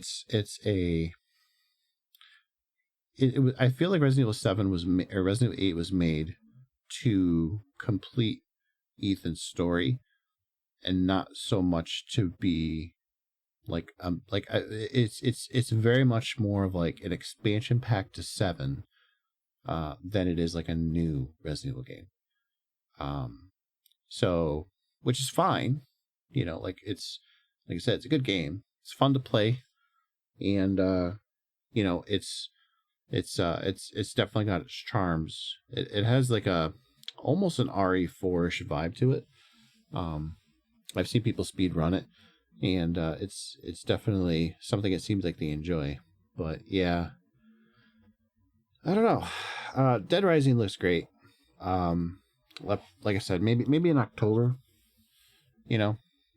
So doesn't really seem to be a I don't know, like September's just this fall is gonna be so packed with games. It's gonna be hard to find time for any of these. I'm still trying to find time to play games I already have. But yeah, that's the Capcom presentation. So not sure what you guys think, but it is what it is there. I will say that it's good to see Capcom, doing things like this. Like, I don't think anybody had Dead Rising Remake on their bingo card for this year, for sure. This Kunitsu-Gami thing, we're going to be playing that in a minute here. That looks really cool, but like, yeah, I mean, nobody probably had that on their bingo card either for games Capcom was going to be making. So, yeah. Cool to see some of the iOS ports for Resident Evil. I'm guessing Apple paid a nice little chunk for exclusivity on those. I really don't think anybody's buying them. I saw some news that the RE4 for the iPhone has sold pretty bad. Like thousands of copies, not tens of thousands. Who knows how big the number actually is, but it's getting people to buy full priced games on mobile is a hard task. Mobile customers have been trained for a very long time to play games that are very short, time waster type games with a lot of like microtransactions and advertisements. A more console like experience is something that people have been trying to make happen on mobile, and it's not Apple trying to make on mobile, but it does feel like it's almost like a waste of time, which is a shame, because I feel like phones have enough power now that being able to play some good games on it, console style games, would be really nice. And there are some pretty cool mobile ports of full blown console games, but like, yeah, I will have to admit that like it's a little awkward to pull out a controller while you're on the go, even those like collapsible controllers that you attach to your phone, especially with how phone cases are. Getting one of those collapsible controllers and then trying to match it up to your phone with a case on it is hard, due to the shapes of cases. So yeah, it's definitely hinders the mobile aspect of mobile gaming. That's why touchscreen controls are so effective, because it's just a slab in your hand. So I don't know, but yeah, all said, I liked it. I thought there was some cool stuff being talked about here, and I like the talking about like It was oops. I like the talking about like the past of Resident Evil and stuff like that, and the challenges, because like, and I'm glad to see that they basically just admitted that by RE6 they had definitely hit like a really like weird point in the franchise where it wasn't scary anymore. Like in RE5 you get to the point where Chris is punching a boulder and it's like, where did we go wrong? Because like Resident Evil's always had goofy campy stuff to it, but like, come on, like, come on. It's dumb. You shouldn't be at the point where like people are laughing at your game because of how over the top it is. Like, is Resident Evil a scary franchise? Yes and no. Resident Evil is like the first Resident Evil, I will admit, it scared me. I played Resident Evil when it first came out on the PlayStation, and I remember there were points in the game where I had to turn off the game and not play it for a little bit because I was scared of what was going to happen next. Like the dogs jumping through the window. Oh, that totally got me. the dog jumping through the window definitely got me. I'm sure it got a lot of people too. You know, but for me, it was like, oh my gosh, like my heart jumped out. You know, young me was not prepared for that level of horror. You know, and nowadays, I think, you know, especially now that people kind of have seen it being sped run so much and stuff, I feel like a lot of the horrors, you know, the memes, the Jill sandwich and all that kind of stuff. I feel like RE7's, or not RE7, the original Resident Evil's, like, they don't have the impact of fear that they used to. And that's okay. The march of technology has changed, but I do think that, like, yeah, back then, especially with the camera angles, the fixed camera angles, you would hear like a zombie shuffling, and you knew it was, if you walked ahead a little bit and changed the camera angle, that it would be just like, you know, like, is the zombie there? How far away is he? I can't really tell. You know, like that kind of thing, right? And yeah, I mean, like, it was spooky. When you didn't know what was around the next corner, but you had to go to that next corner, oh, it was definitely a terrifying thing. So, you know, and the narrowness of the mansion, like the original Resident Evils, RE1, RE2, and RE3, they play like Metroidvanias. You know, you were constantly backtracking and unlocking new areas and accessing power-ups, so to speak, you know, new guns and weapons and all that kind of stuff. And it helps you learn the layout of those places. Like, the reason why RE1, 2, and 3 make good speedrunning games, especially RE1 and 2, is because once you memorize the layout, you memorize where all the zombies are and all that, the routing that you do is almost kind of its own little fun game, right? You know, how efficient can you be? How quickly can you dodge the zombie? You know, how fast can you get to this other part of the puzzle? And learning all the little tricks like that. So, yeah, I mean, you know, it's almost become a different type of game now, right? So, you know, has Resident Evil been scary? Not for a very long time. Resident Evil 7 was probably the return to form for that. But even Resident Evil 7 couldn't resist when it got to the ship and the revelation of Evelyn and all that kind of stuff. You know, what happens to Mia or Chloe or whatever, like, all of that it changes. The moment that you've, you know, basically defeated the family members and, you know, you're kind of heading towards the end game, it just suddenly everything changes, the mood and atmosphere. The house, the Baker house, that's the real scary thing about the game. Just like Resident Evil's mansion, just like Resident Evil's police station, it was the setting that was the true character, right? And it's something that, like, the Resident Evil franchise had kind of forgotten. Is that, yeah, the characters are cool, right? And the action is cool, and the monsters are cool, but the real character is the setting that the characters are in. You know, that the Spencer Mansion, you know, the police station, like, these are very important to the game because they give it a sense of place, and it's memorable, and it has its own, you know, secrets and twists and turns. You know, this is your story and you're playing through it, right? It's the thing with video games where there's a plot to a video game, but then there's the plot that the player has while playing through the game. You know, you don't necessarily need to have giant fancy cutscenes and all that kind of stuff. You just have to have a motivation and a goal, right? And like Super Metroid doesn't have cutscenes, but Super Metroid feels like a narrative adventure.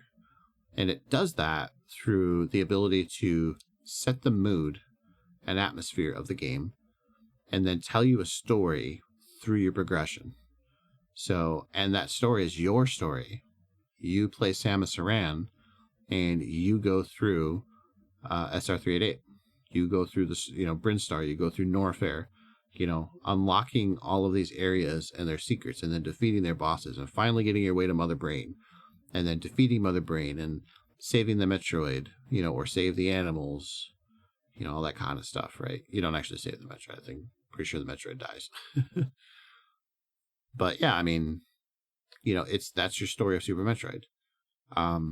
You know, it's not a complicated story. It doesn't have to be, but you will never walk away from Super Metroid going, I don't remember that. By the end of Super Metroid, you'll probably remember most of the map like the back of your hand. You know, the wrecked ship, the, the vegetation of Brinstar, you know, just all that kind of stuff, right? You'll remember all of those weird little spots.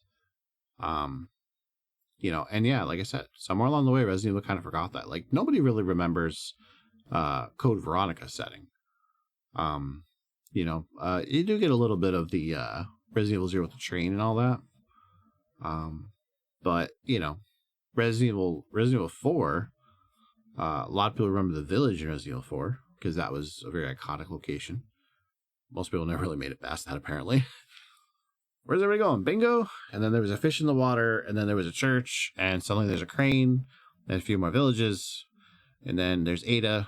You know, like, that's kind of what people remember RE for. Shooting range, the castle. But, yeah, I don't know. It's kind of where we're at with Resident Evil. So I'm hoping Resident Evil 9, being open world, you know, has still maintains a sense of place. If it is open world, we'll see. But the nice thing, and this goes all the way back to what we were talking about at the beginning of all this crap, is that the current Capcom can take risks. You know, RE going first person was a big risk, but they knew how to balance it with familiarity. Hey, here's a new mansion to explore, right? So, you know, they definitely knew where to, you know, change and tweak stuff. Taking some notes from Nintendo, apparently. You know, same with the Dead Rising. You know, there's some changes, but I don't think anybody who's watching the trailer for the new Dead Rising remake is like off put by what they saw. I think a lot of people, especially fans of the older, you know, the original, are going to be like, "Yep, this feels like home." Sure, the controls are a little weird, but actually, it's probably an improvement. You know, like that type of thing. So yeah, I have a lot of faith in Capcom to deliver right now. So hopefully, they don't let anybody down. All right. Let's see. Where are we at?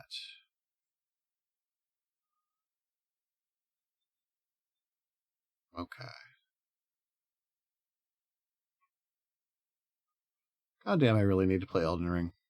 I tried. I bounced off of it, but maybe I should give it another shot. I will say it's absolutely sick that, like, look at this crap. Look at this crap. Like, how do you not have... Look at this. This right here. This is nuts. Here. Volume, please. Alright, we'll start this a minute. Look at this. This is Sunhee Legend does these videos. And it's just absolutely sick.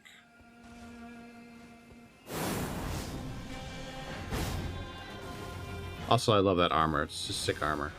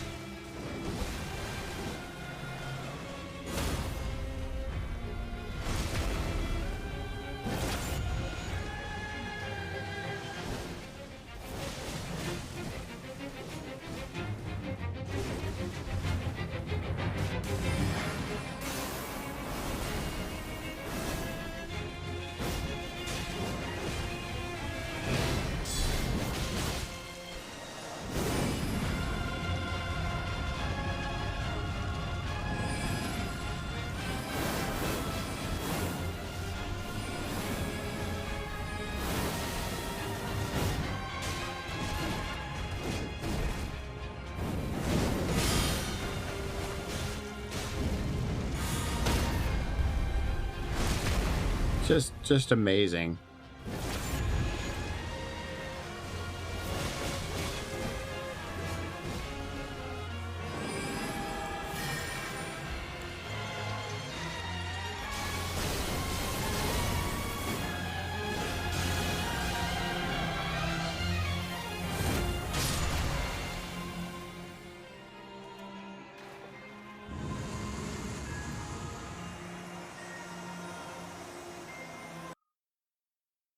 Just crazy, isn't it?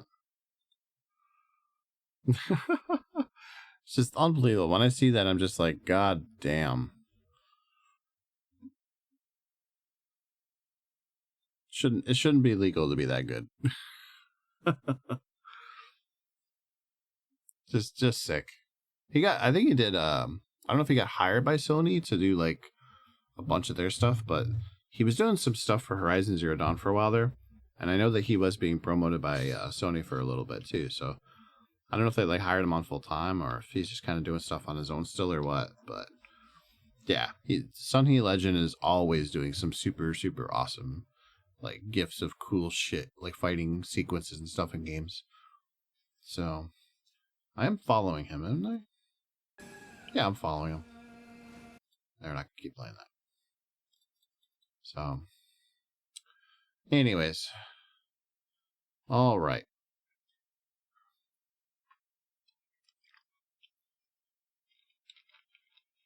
Let's see. All right, I'm gonna take a short break and change category and everything. And when I come back, we're gonna fire up the Kunitsu-Gami demo. So let's see here.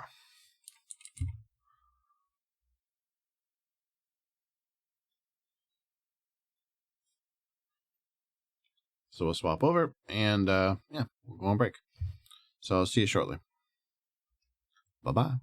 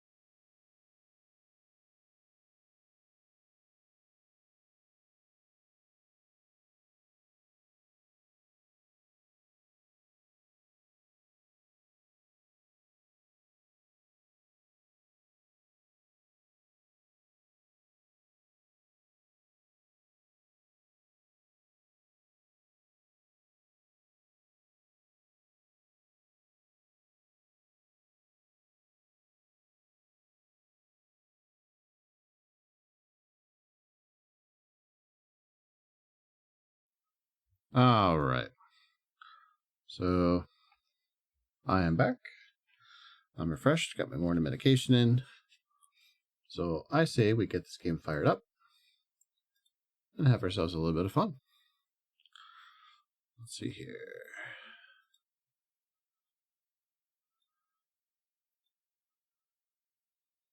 All right, there we go. Capcom present. No, I'm just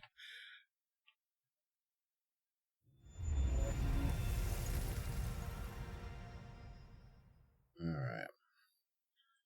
This game is currently in development. Some functionality or aspects of the game may not be where he's intended. Customer support is not available. Yeah.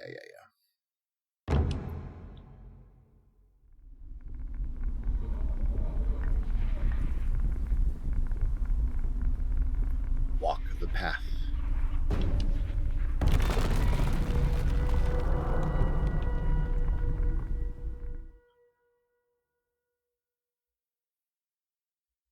Alright. Why is there a controller cursor just sitting up in the corner?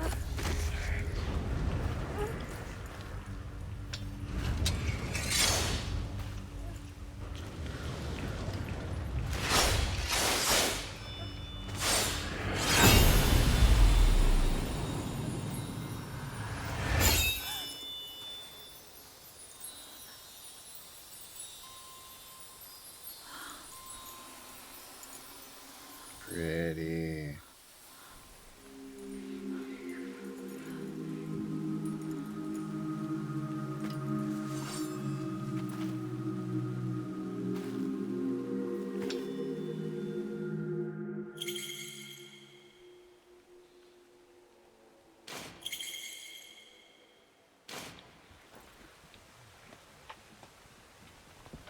Yeah, but can we, like, get the mouse cursor out of the corner there?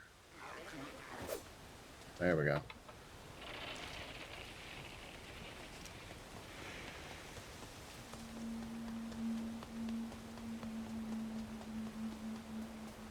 Alright, so it won't let me go that way.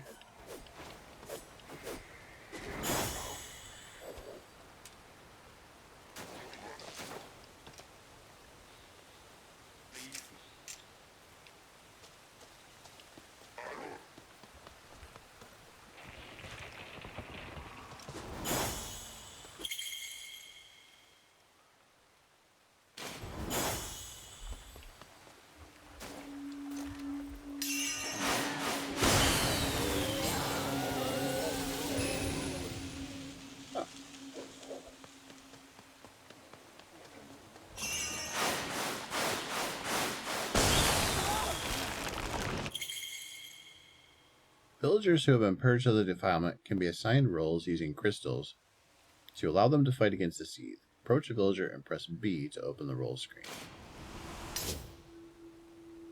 Let's see here. Okay, he can only be an Axeman.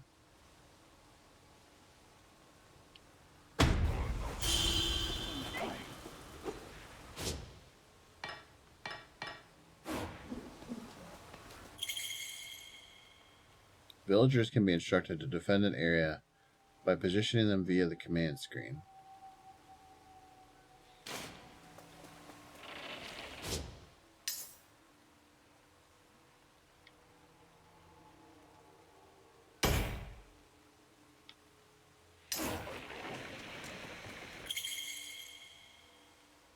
The seed born from the defilement launch their attacks at night.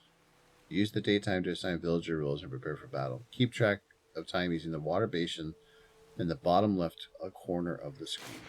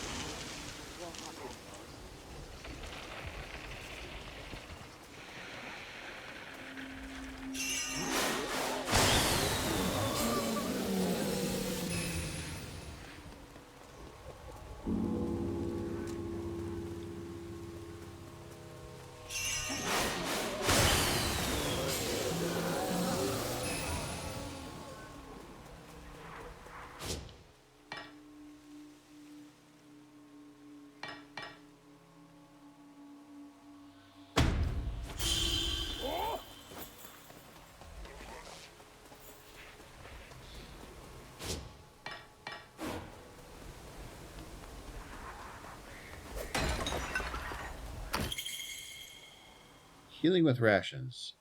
Heal so by pressing X while guarding. Heal villagers by pressing X in the roll screen. Okay.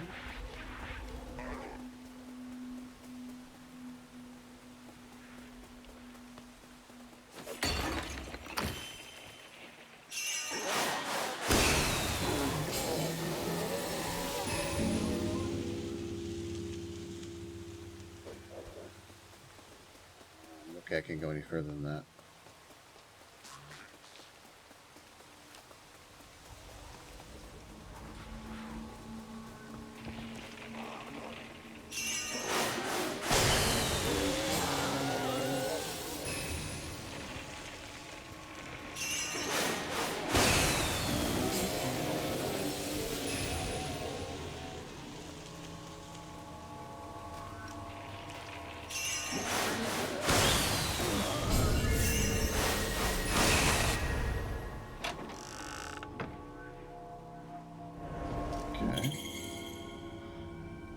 Lead Yoshiro to the Torii gates to purge the vomit that is scattered throughout the village.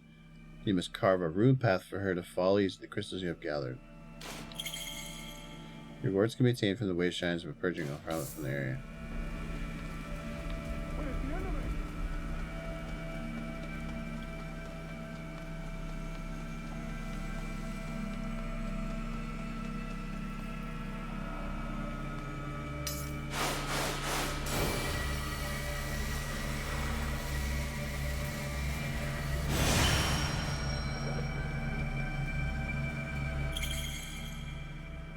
Commanding Yoshiro. Once the spirit path is carved, Yoshiro will automatically move along it until she reaches the spirit image at the tip. Please take note of the spirit's image color. Blue, Yoshiro will reach the tip in time to purify the Torii for nightfall. White, spirit path has not reached the Torii, or Yoshiro will not reach the Torii by nightfall. Yoshiro can be commanded to wait or resume along her path with B. Approach her to B to command her stop or move.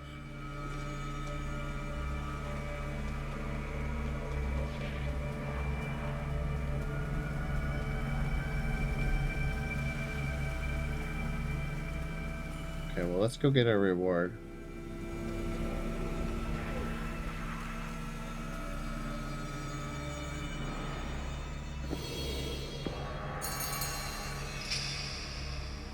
Okay, slightly increases the health.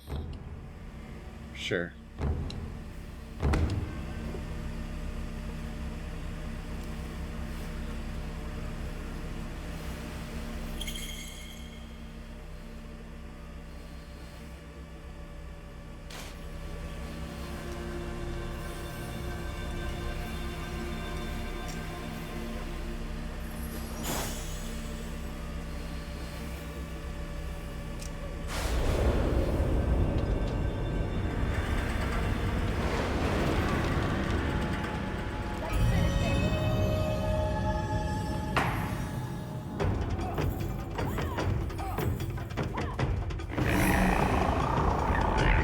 Gaki.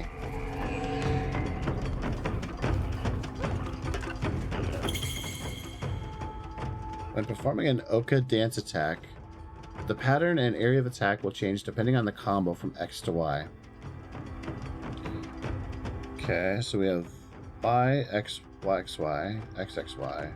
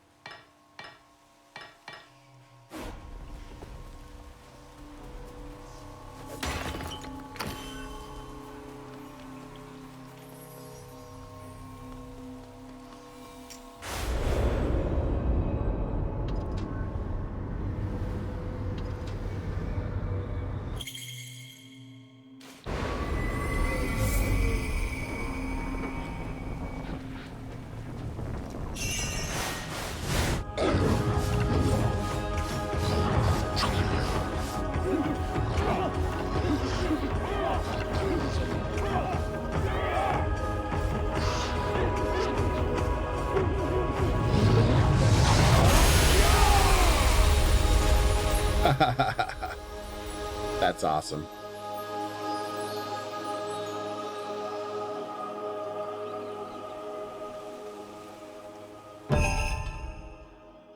Scroll of Imaki scroll Kunitsu-Gami.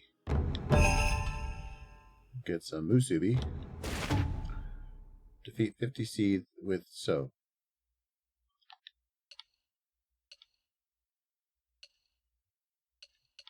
Oh, I didn't defeat them with the villagers.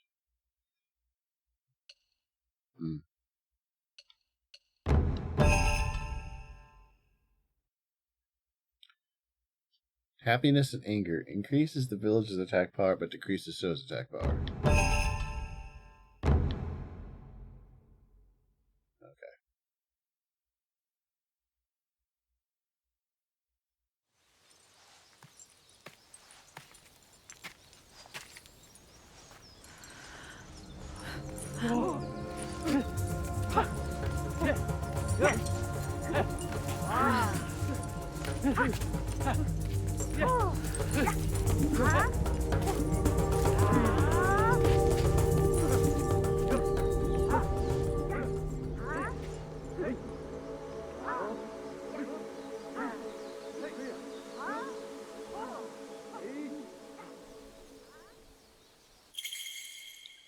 Places you purify can be used as bases to prepare for your next battle. Alright. Doggy! Aww. Always good to have the game where you can pet the dog.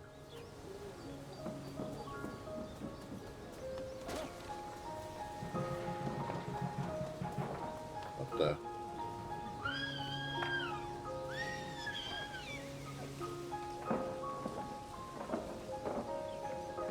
Oh.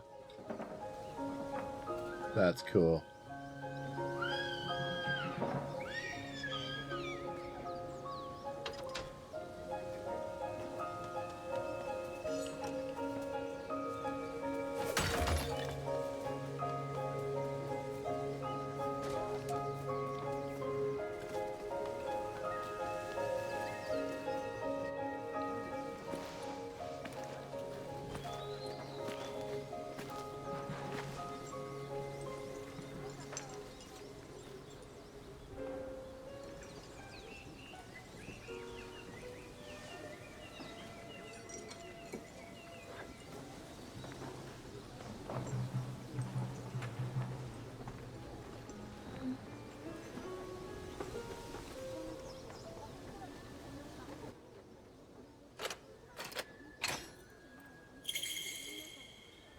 Suba guards are sacred sword guards that contain unique powers. Press RT to unleash the spiritual power of the Suba you have equipped and perform a special ability. You can attach or change the equipped Suba guards you have collected by talking to Oshiro at a base and selecting the Suba menu.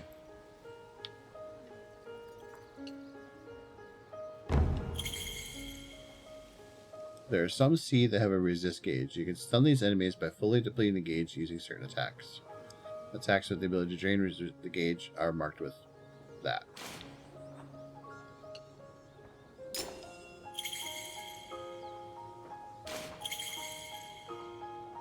You can view the scrolls you have obtained by talking to Oshiro at the base camp and selecting the Imaki Gallery. What's this? Mazo Talisman.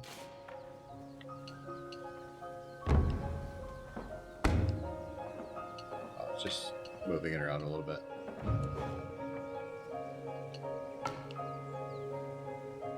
Okay. Oh. A confection made of a steamed rice flour topped with red beans. The festival of purification is held on the eve of Minazuki, the 6th month, which marks the halfway point of the year. On this day, the noble class in the ancient capital would eat ice shards as a way to purge the defilement and misfortune, as well as to cool down in the early summer heat. Ice cellars were built on mountains to store winter snow just for this purpose. This tradition would spread around the ancient capital through a confection cut into triangular shapes, just like an ice shard. The color of the red bean topping is also said to ward off evil. The springy texture of steamed rice flour and the rich flavor of the red beans Combine to make a mouth-watering treat. Okay. Ooh, food porn. That does look really good, actually.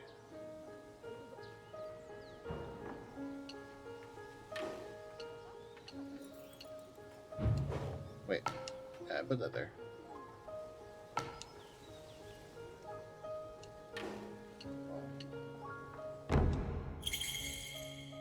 Upgrading villager roles. The villagers' roles can be upgraded using Musubi, which can be attained through various means such as completing missions. You can undo an upgrade at any time, so try mixing and matching different abilities.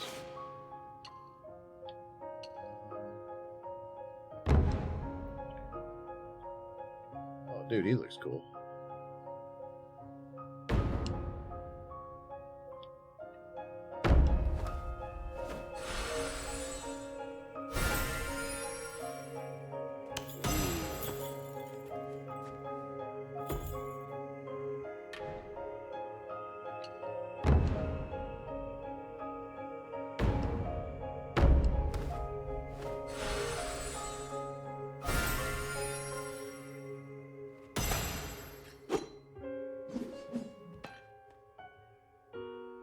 That is very cool. I love this design.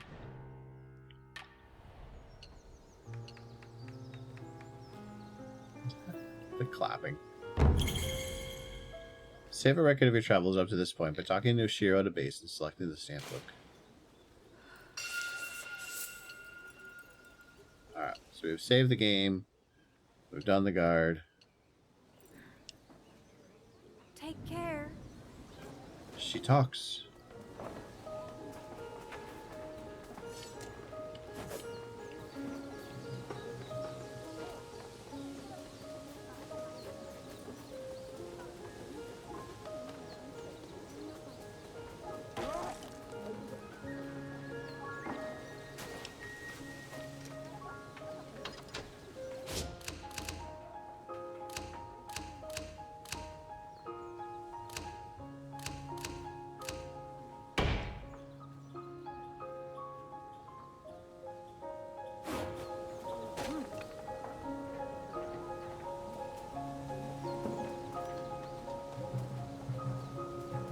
Dude, you're cool. You can... Okay, fine.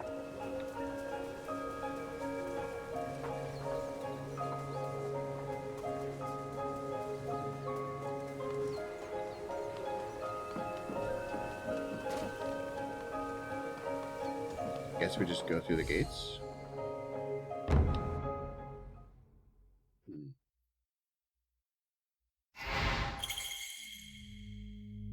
View tutorials in the pause menu to the tutorials tab.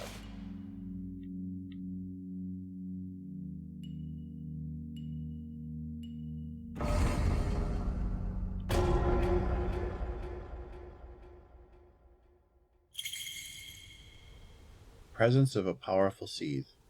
The oppressive presence of a powerful seed is emanating from up ahead. Prepare for battle by using the crystals that Yushiro has prepared to assign roles to the villagers and go forth.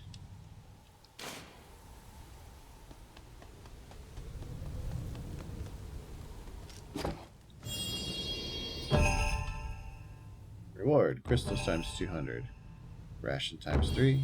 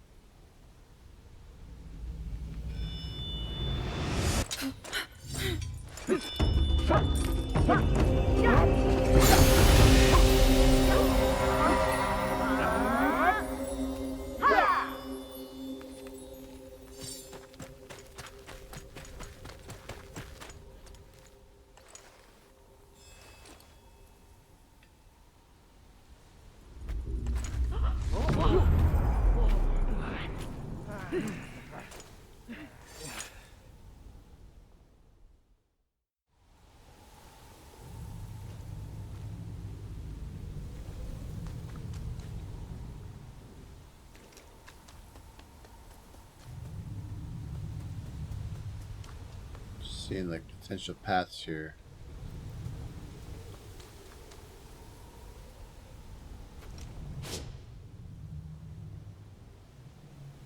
I feel like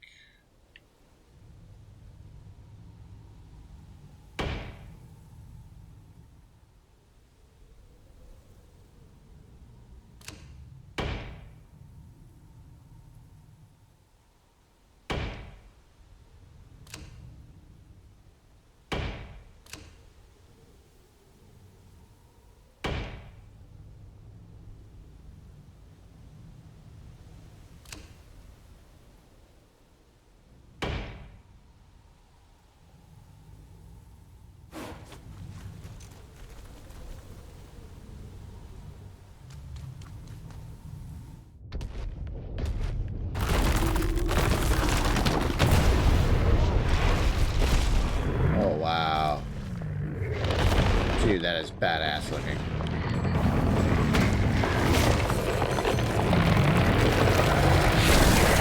Oh.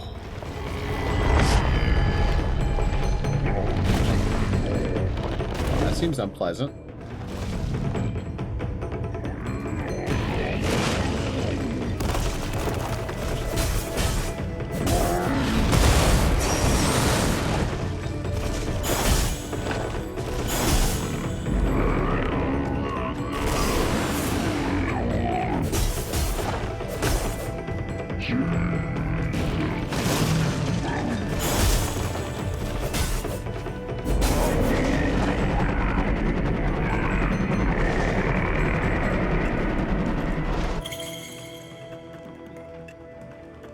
The defense order is a command that sends all villagers to Yoshio side to defender.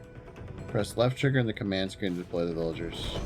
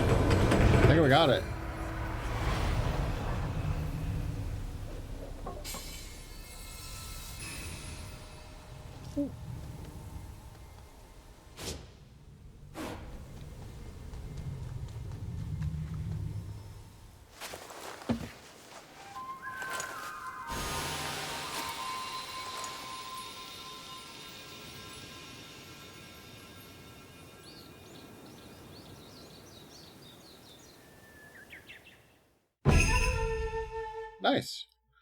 Armed with a bow, the archer is strong against small, flying seath.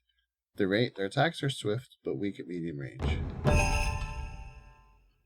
Got the Gakken Yudo plaque. Emma plaques are secret objects made in commemoration of the object depicted on them. Those you collect can be viewed on the Emma plaque racks within bases. Rewards is Musubi times 5. Okay, I did not do that. Good try, though.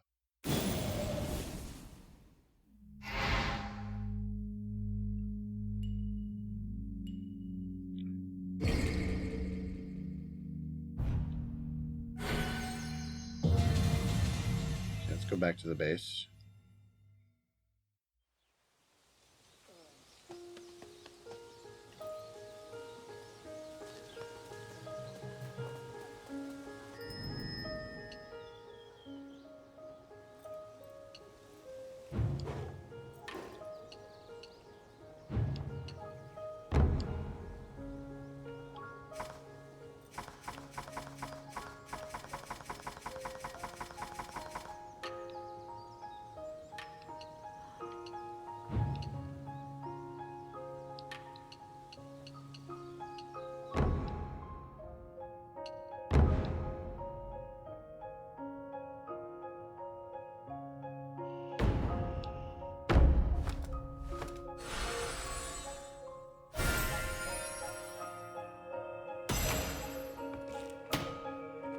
Get more health, right?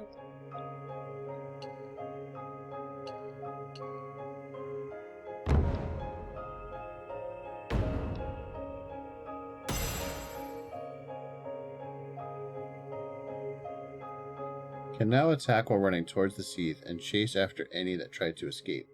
Depletes the enemy's resist gauge.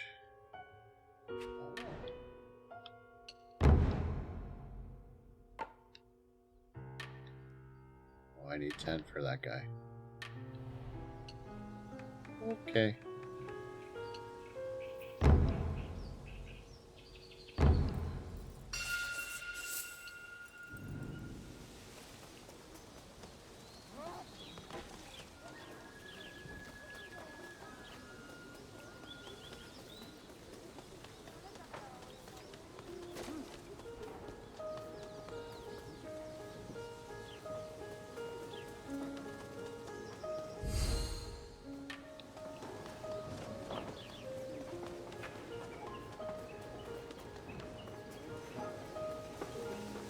Suppose the village can't grow if I haven't rescued enough people, so...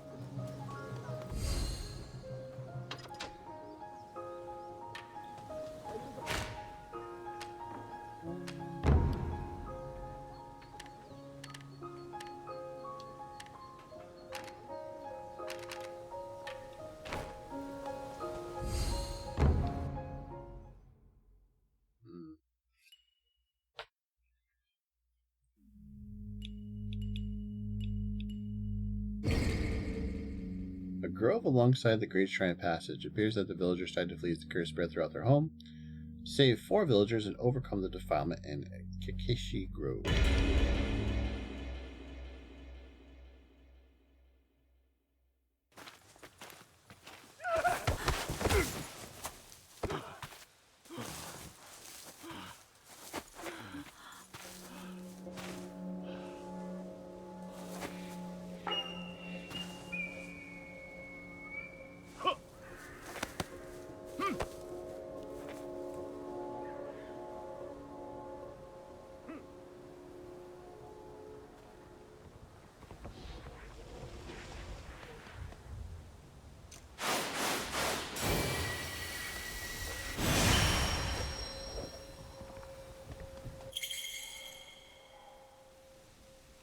It is wise to fully utilize your surroundings up against a seed, Prepare for battle effectively by checking the stage level minimap in the bottom corner screen.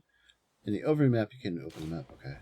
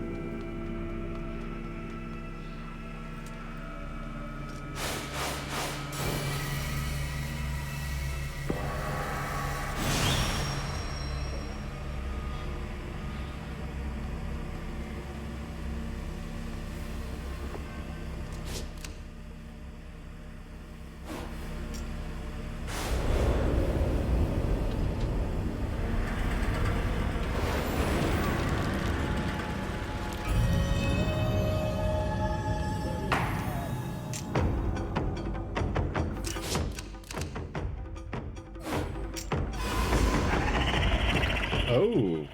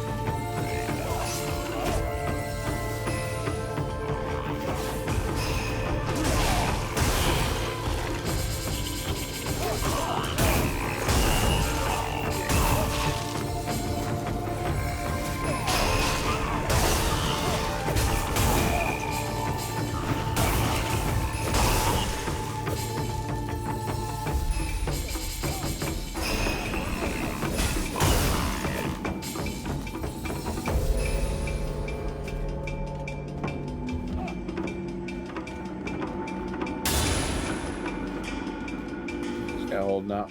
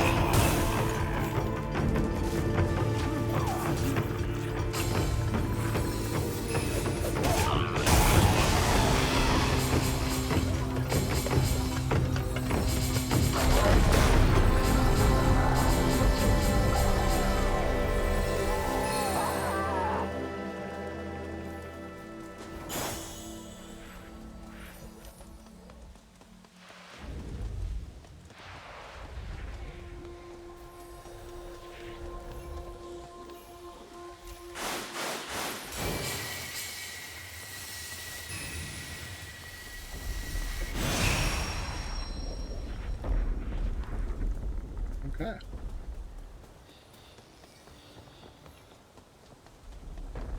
Speed up time a little bit, huh?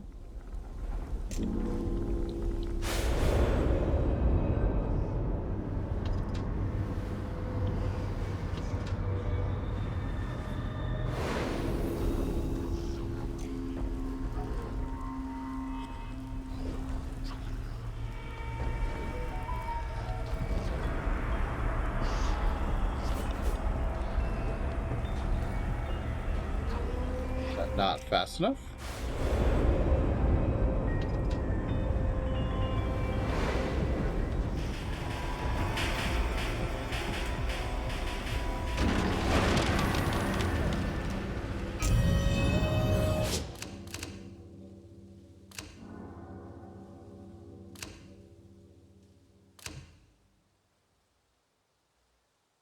Shoot. I think this is bad.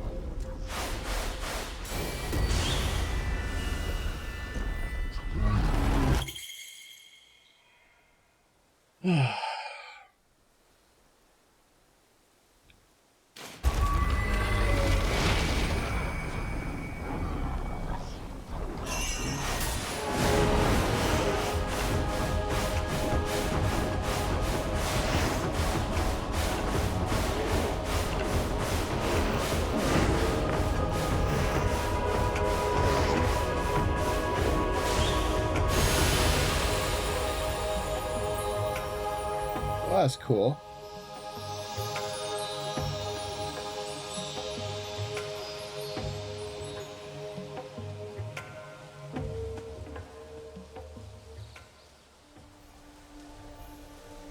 Oh, we got more?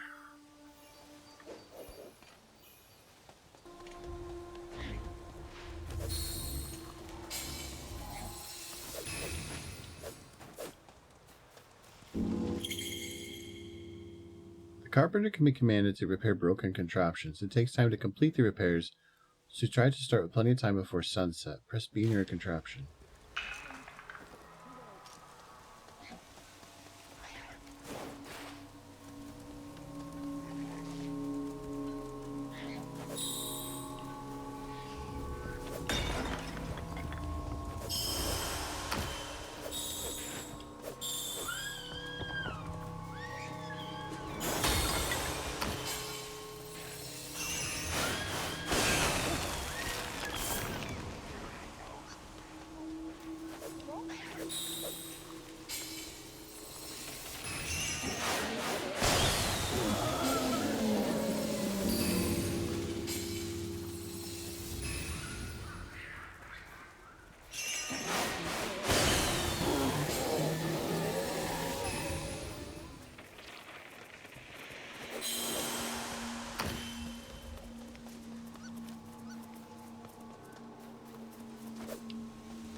What? I felt ripped off.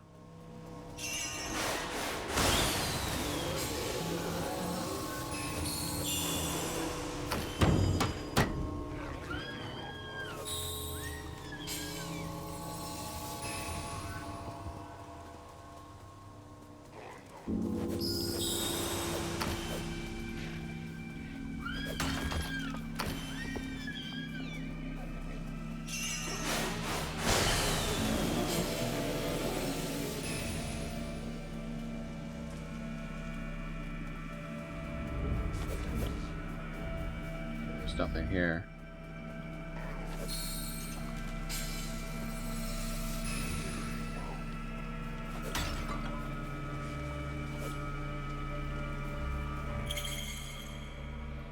Employ the villagers to remove obstacles when the way forward is blocked.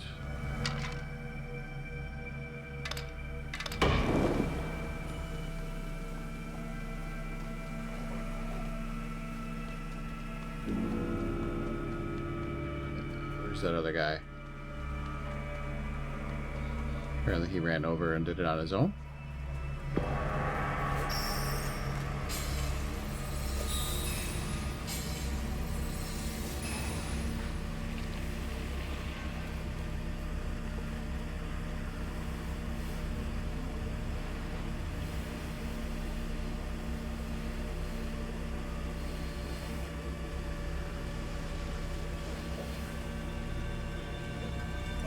Okay, I see the timer.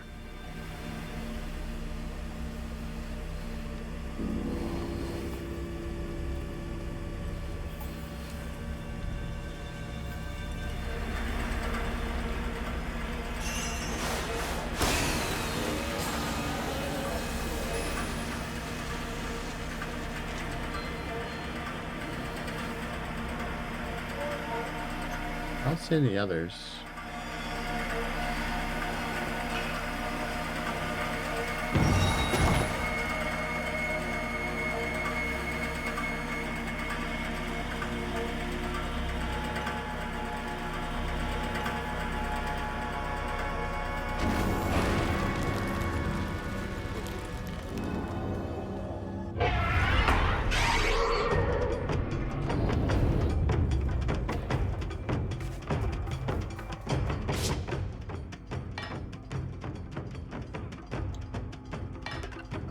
Let's see.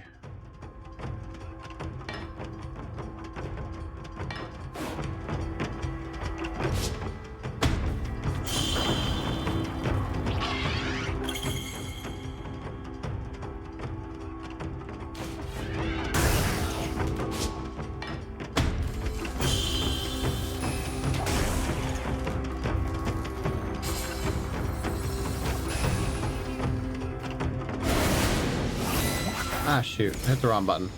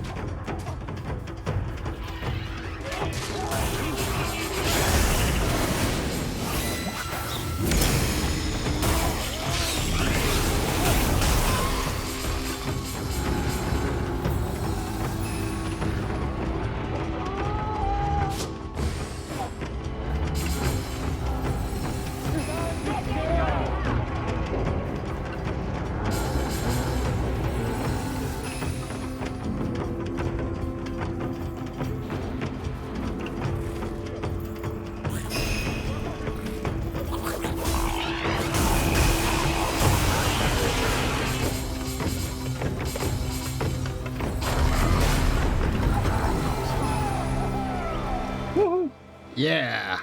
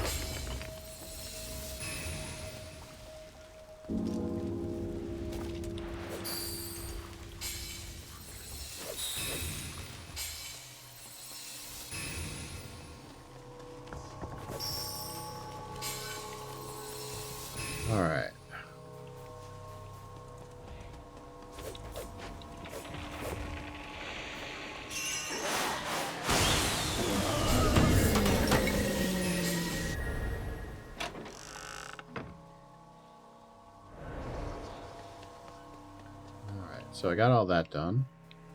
He's got the next gate up. These guys are doing okay on health. Mostly.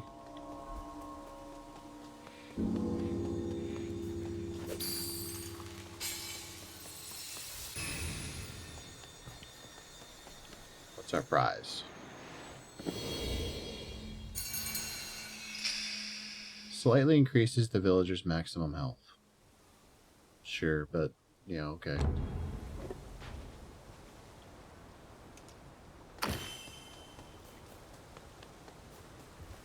Alright, we got more than enough to get her to the gate.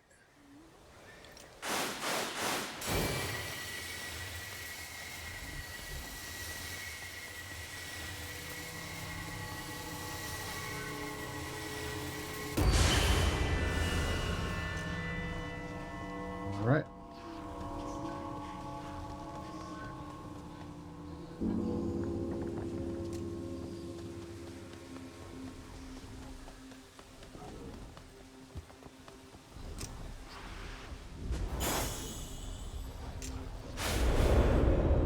Speed time up a bit.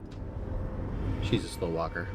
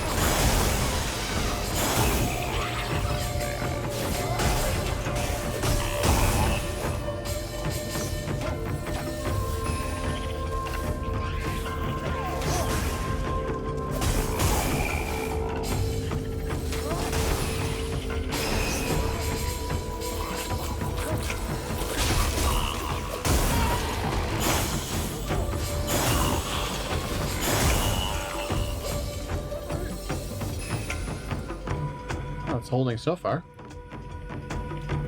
Is that it?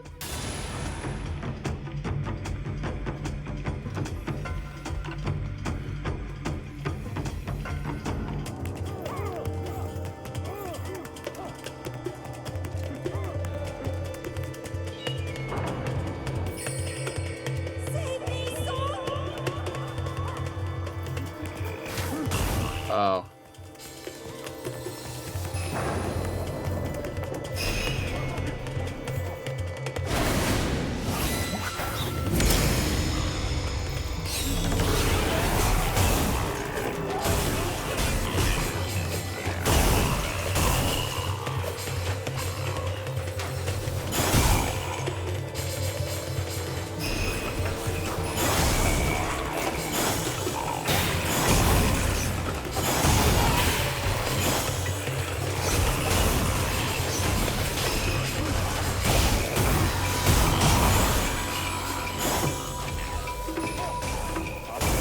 There's a lot of them this time.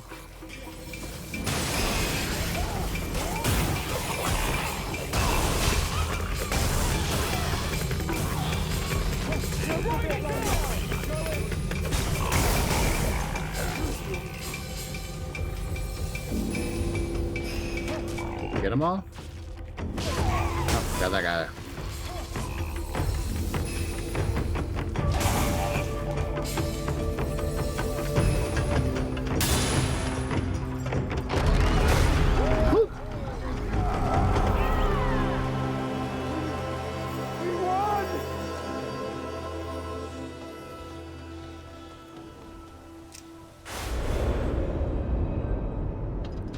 Let's have her go the rest of the way.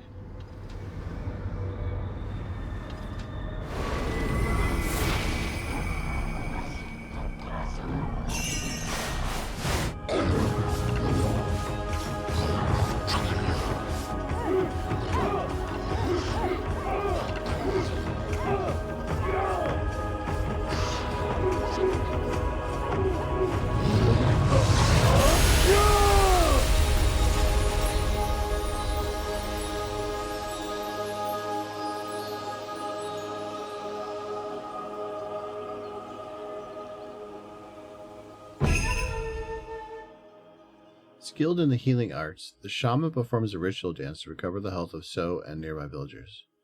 A healer would be nice. New scroll of the hunter. More rewards. Don't use any rations. Destroy all pots. Really? I thought I got them all. Ah, well. 15 musubi. Unlock the extra stage Okumiyama passage. Thank you for playing. I guess I didn't unlock the extra one. Or, wait, it says return to game.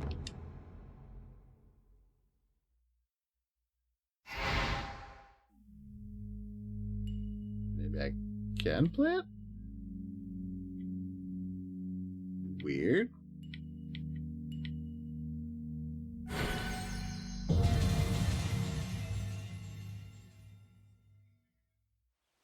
Maybe that was just like an average. I've never seen that where usually when they do the thank you for playing at the end of the demo, you can't go back and keep playing it.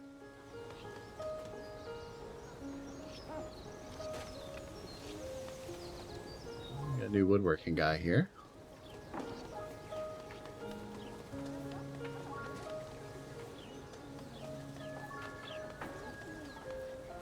The village definitely looks more lively.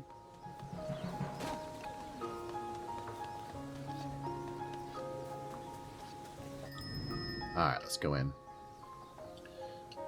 So, let's see. Perform 2 consecutive ground-based attacks. While not very powerful, the move is easy to perform as a short charging period. Depletes the enemy's resist gauge. And then I have that one.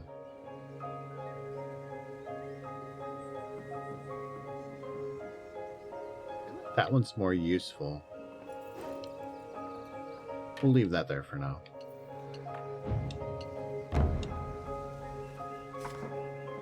And then I think that was all.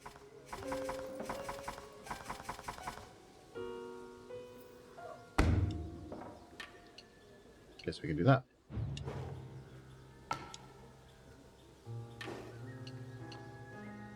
Let's see, what do we got for upgrades?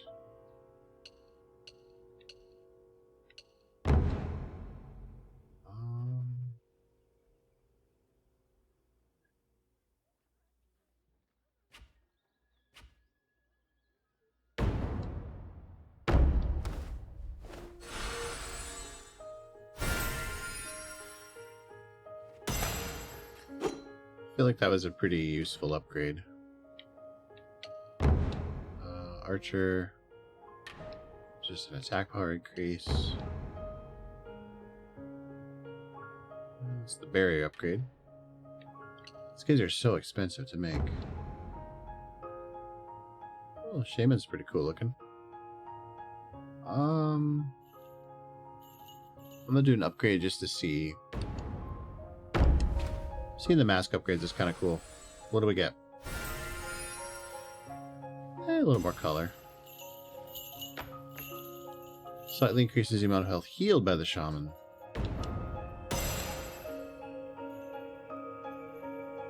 And healing range. Okay, don't have that one. I figure we'll need to make at least one shaman per thing.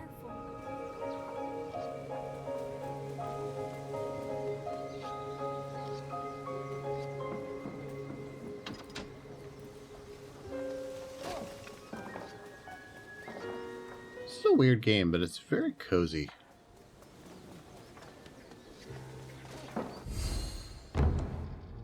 Alright.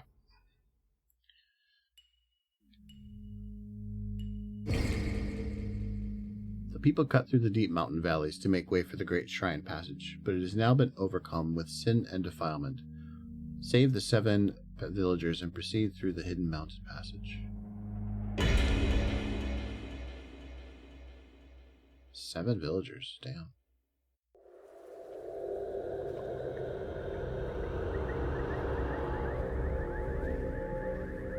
Carve the spirit path to guide Yoshiro to the Torii Gate.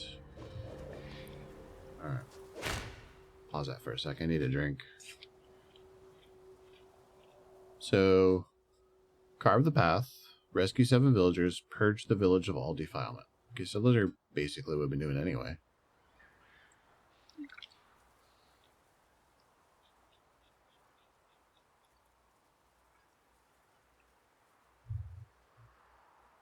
I do like how unabashedly Japanese this game is, but I feel like its target audience is really hard to pin down. Like, it's such a strange game. On one hand, it's an action game, but all the combos are like super easy. You just mash X or Y. You get a cool dodge and stuff, but the strategy elements are there too. It kind of reminds me of Brutal Legend, if anybody's ever played that before.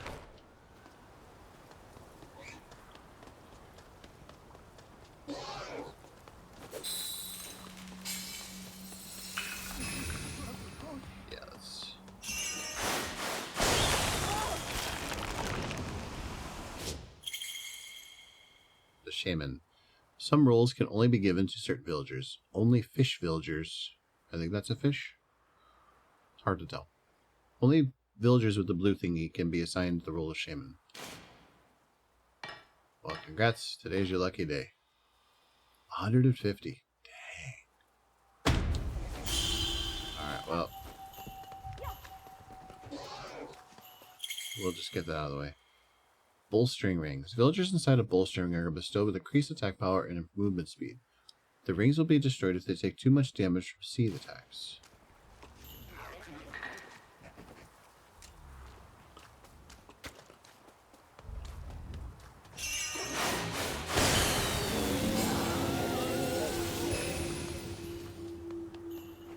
Get that guy out of the way.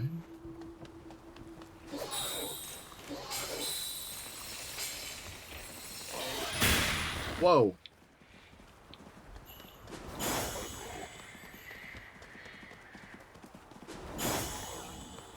Where you going, Mr. Boar? Ow.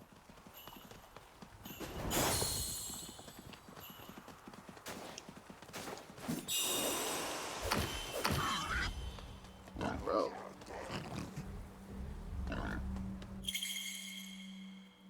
Placing long-range fighters, such as archers, on top of platforms. As long as your hero is stood upon a spirit ward, a ward will appear and damage any sea entrance. You use this to your advantage. Spirit ward is not everlasting, however, and will vanish after it inflicts a certain amount of damage to the sea.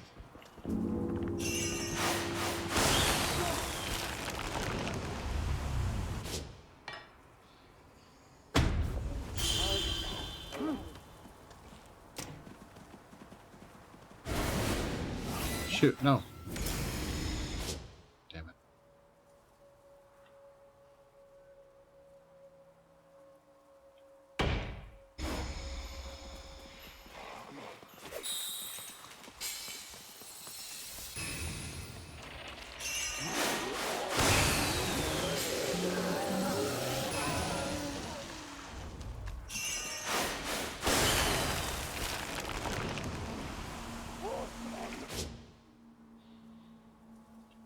I feel like, wow,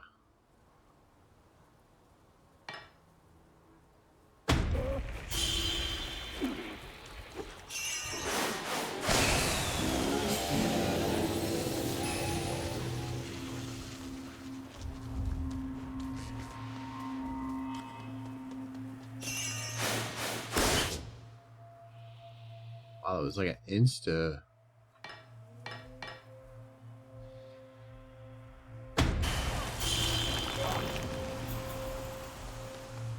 Sure why it did that to me.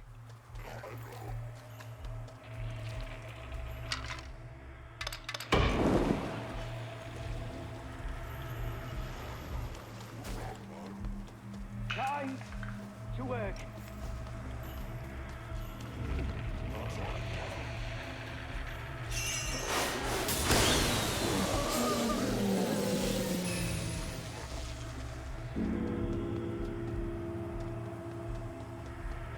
That's not gonna happen, so what's this? What's the other direction here?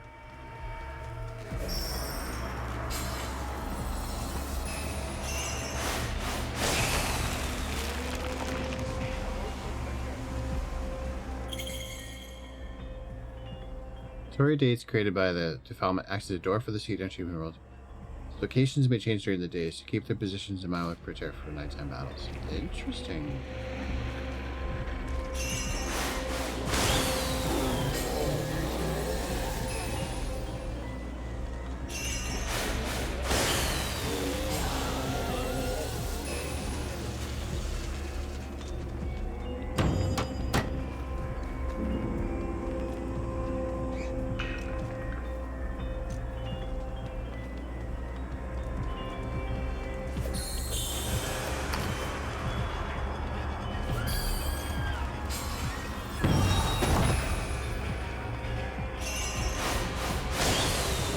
This place is huge.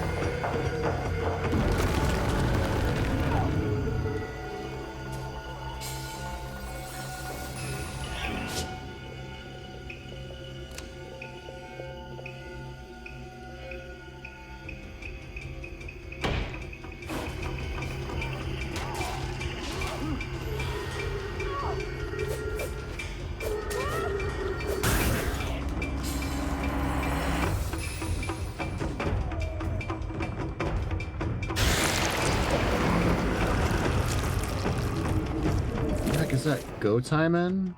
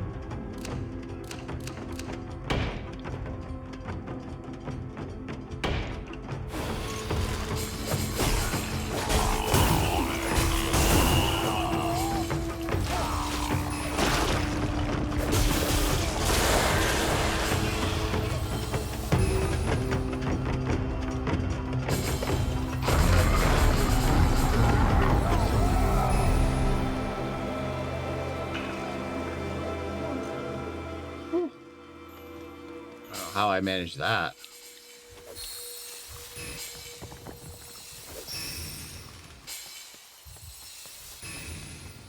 But I did somehow.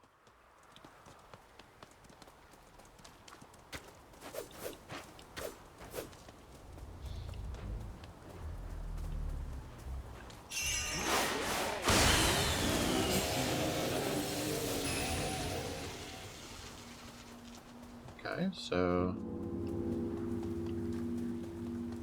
Oh, hey, dude. What are you doing over here?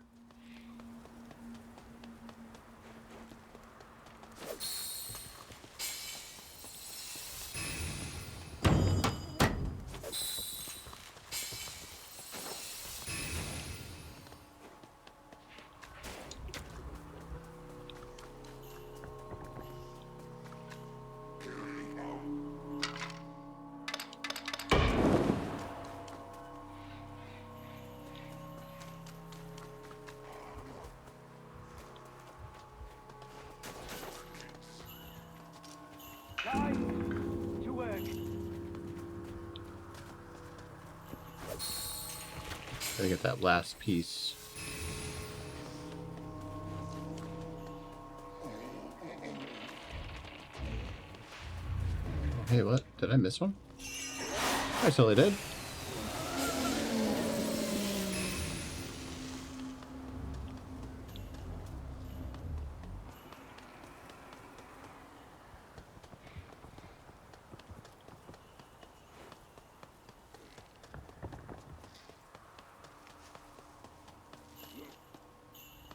Okay, I feel like...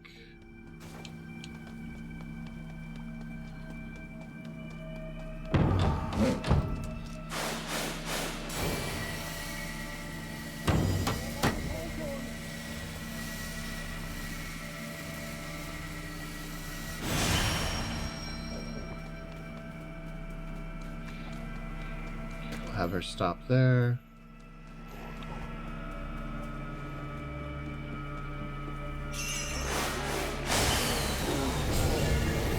Got that done.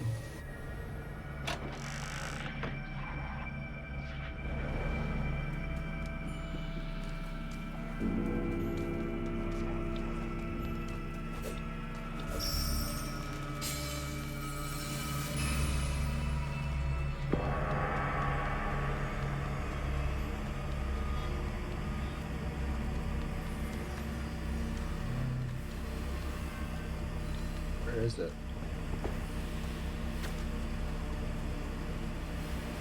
That's not it down there. Oh, there it is. Alright, what do we get? What do we get?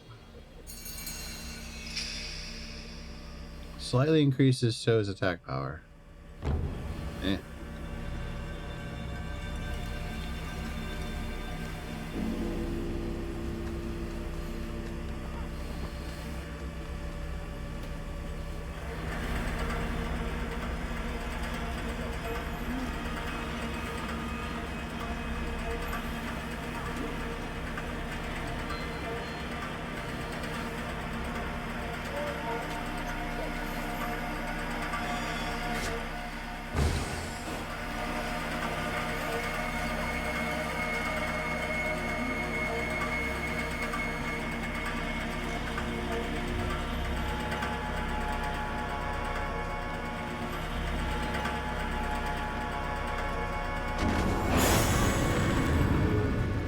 No.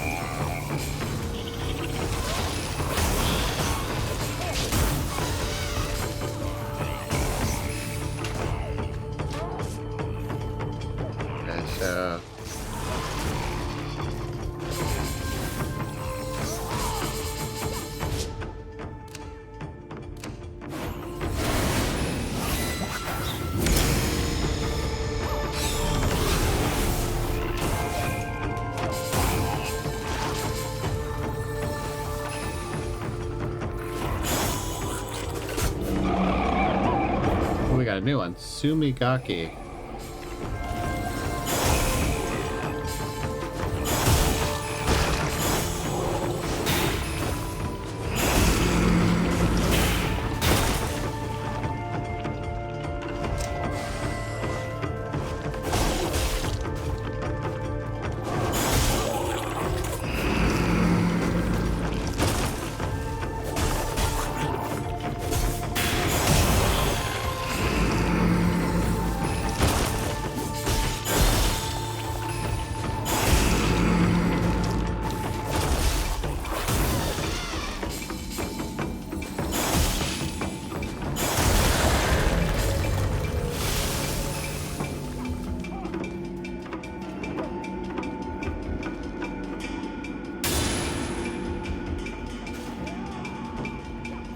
Okay, I think we did it.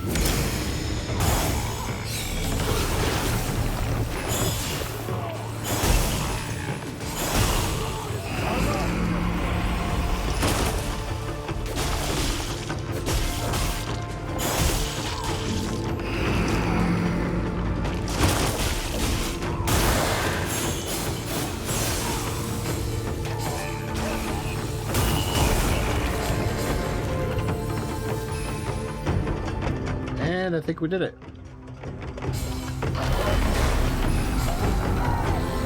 Woohoo!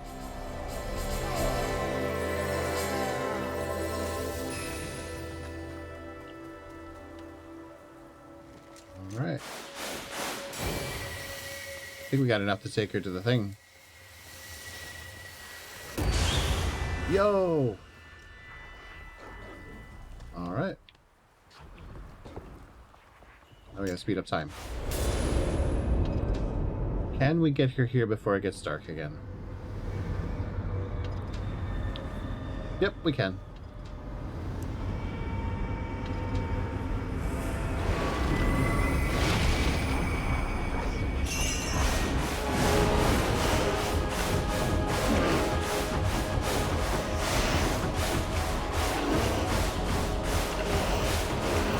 Come on.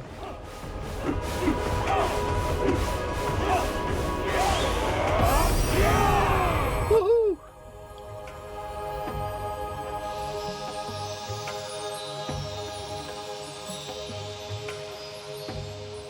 I say it's successful.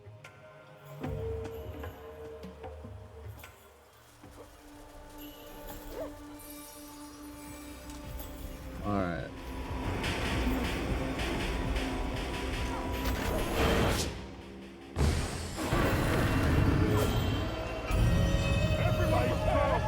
Oh, immediately to a gate, huh?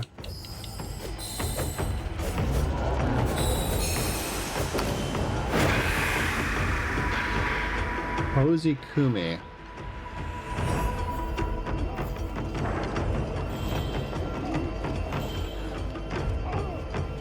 Okay, so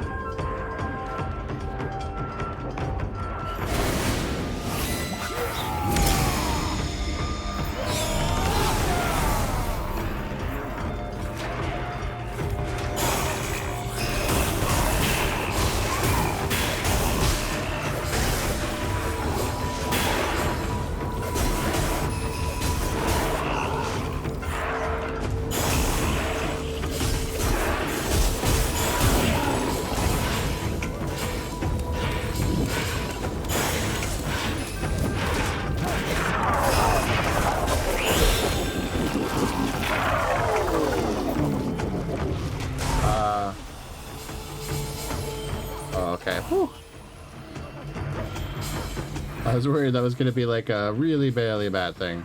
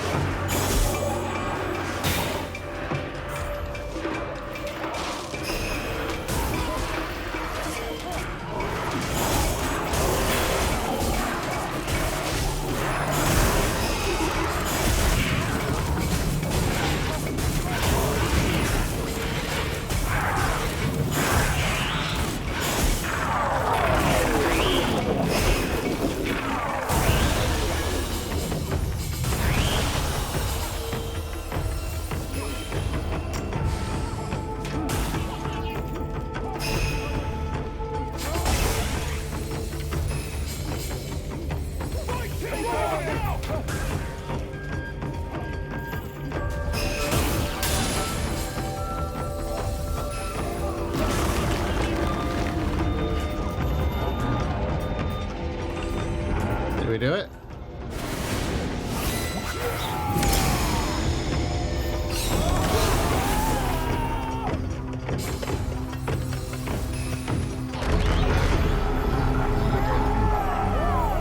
Woo! We did it. Yeah. Woohoo! All right. So where am I carving this spirit path to?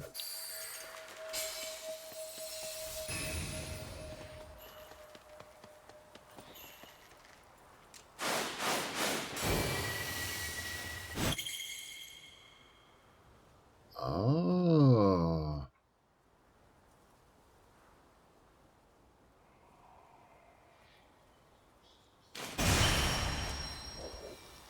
I don't know where to go.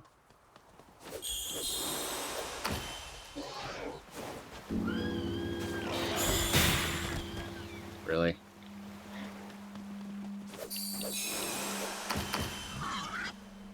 Okay.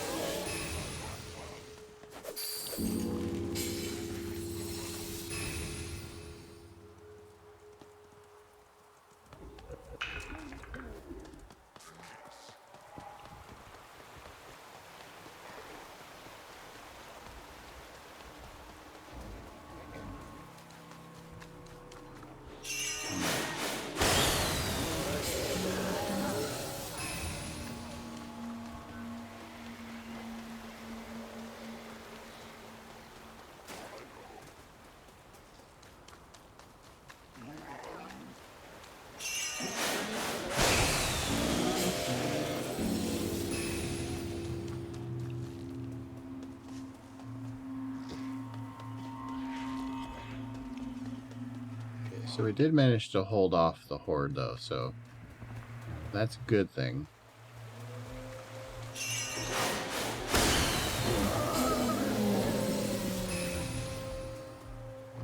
Oh. I need to get that done.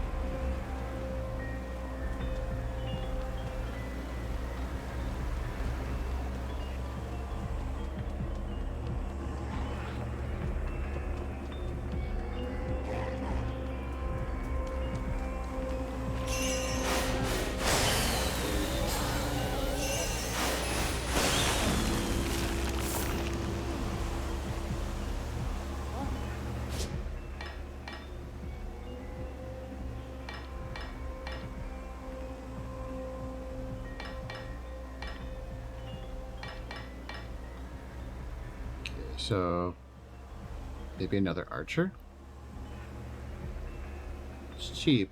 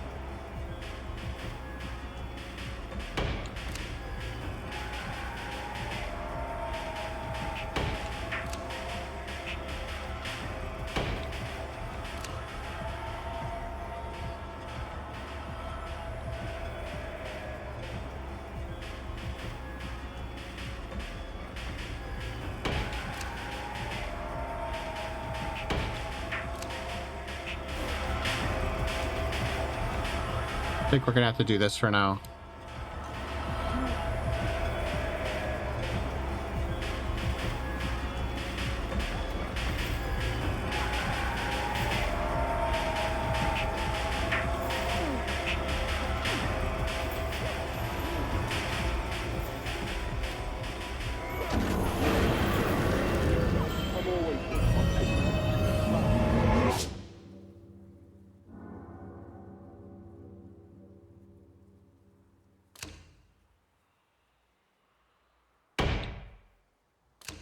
I'm sure everybody's kind of standing around a little bit. I think that'll be a little bit.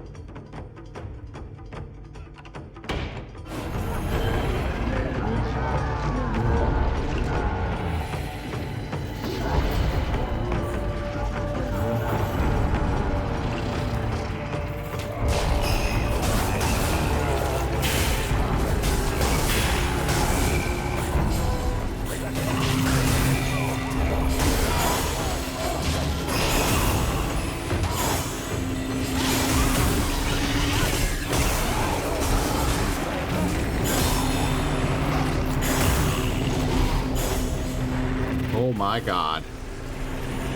It's this guy, isn't it?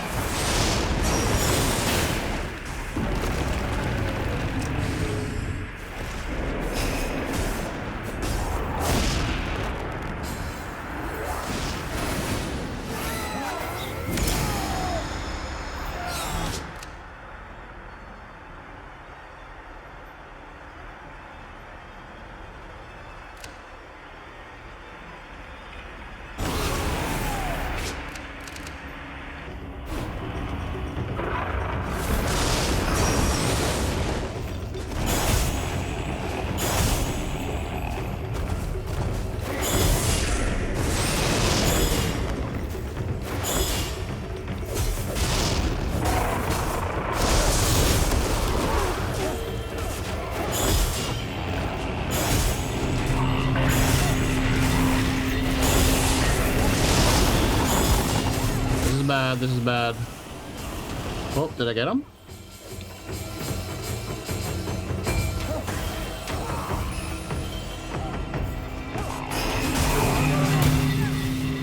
Oh no.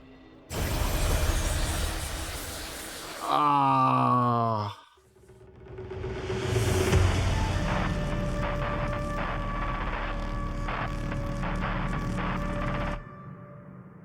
Damn it. Ah. Son of a gun. So close. So I had to get to that last Torii gate. So what could I have done differently?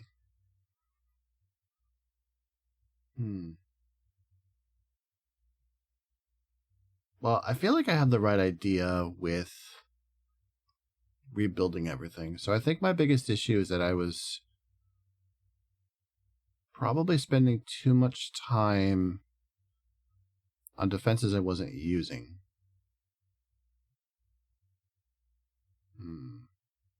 It's a wide map area though in that spot. So I wonder if like so if I built the barrier and I put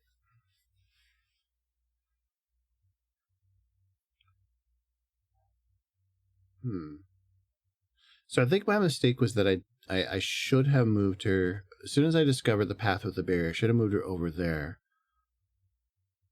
Put the other characters or like the defenders around her, and then after that, I think that's where I think that's where my issue is. I should have clustered up over by the defense barrier, and had the carpenter build the barrier and the attack speed enhancement area. And that way, I wouldn't have had to use mine. Well, I could have doubled up even on mine. So, because I think over there is also an area for the archers to kind of stand out of the way too. And that might have actually helped a little bit as well.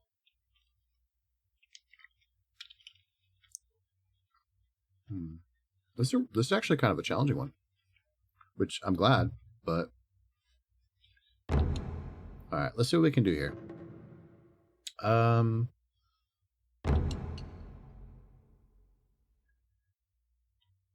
see.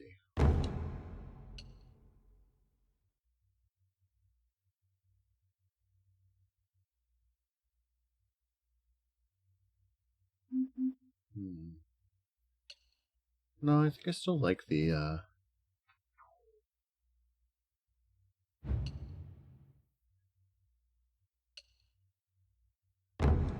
Is there any others?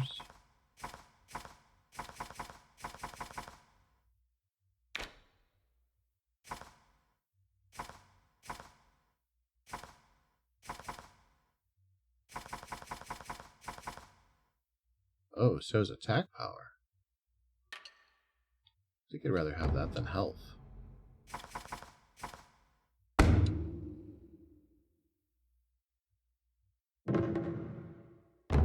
Yeah, we'll do that for now. Alright, so...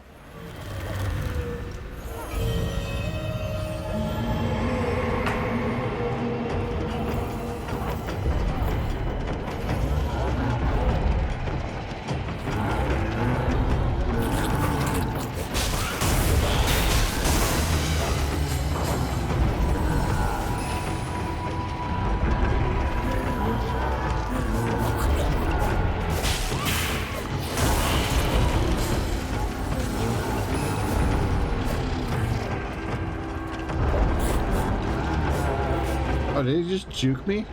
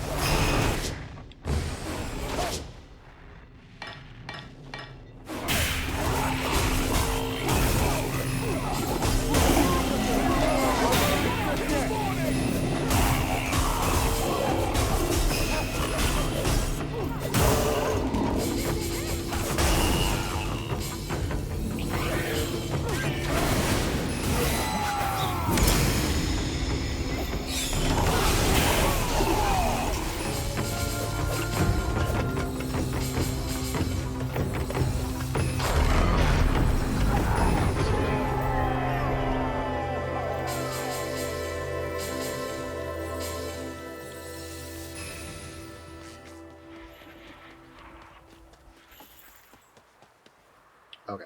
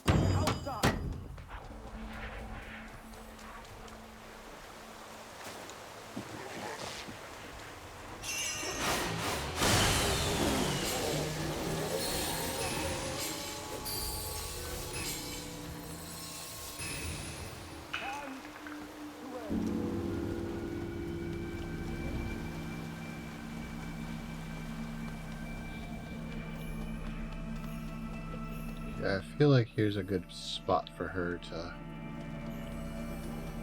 be good. So, let's get some defenses going here.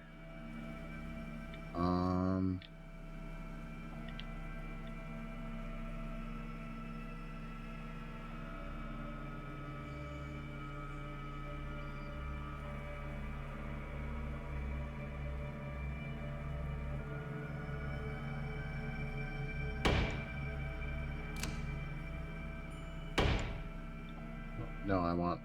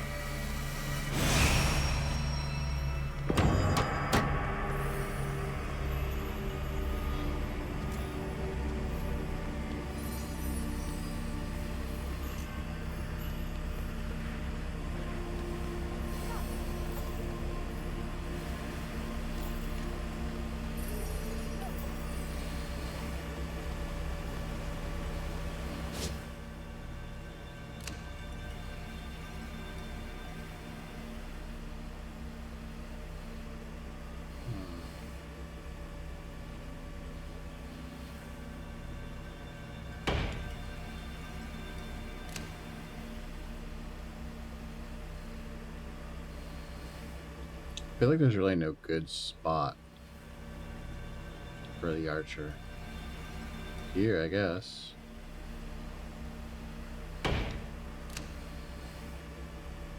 Put them both here. No, I want them here, actually.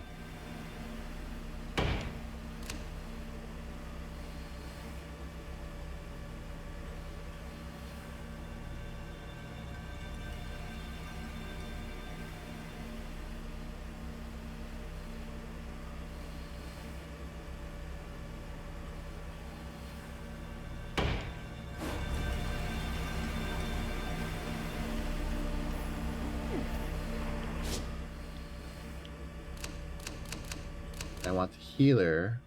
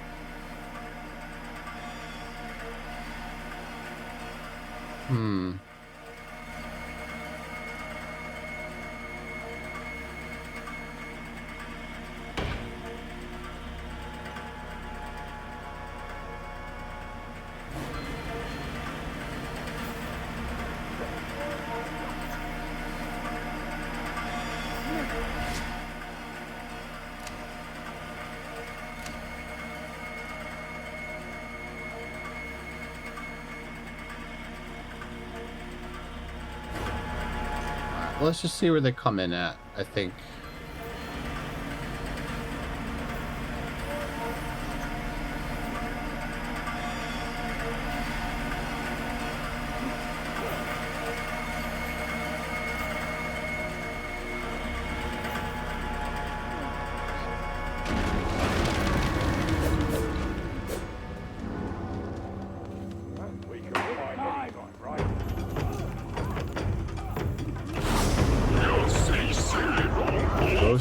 Kuro.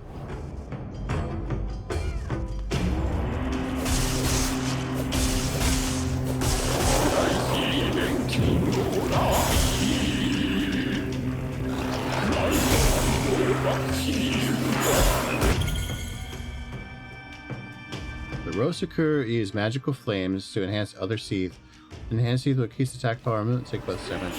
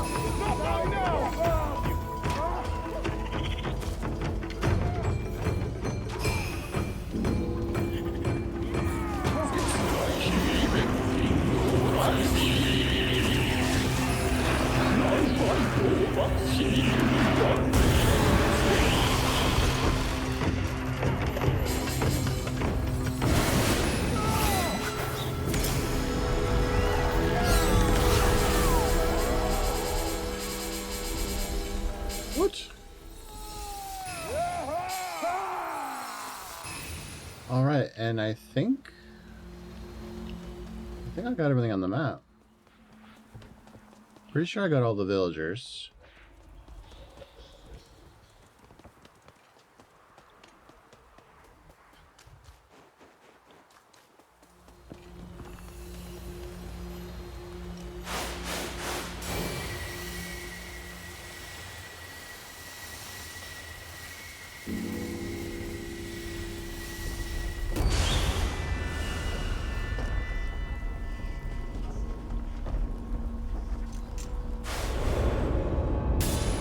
Speed up time to get her over here.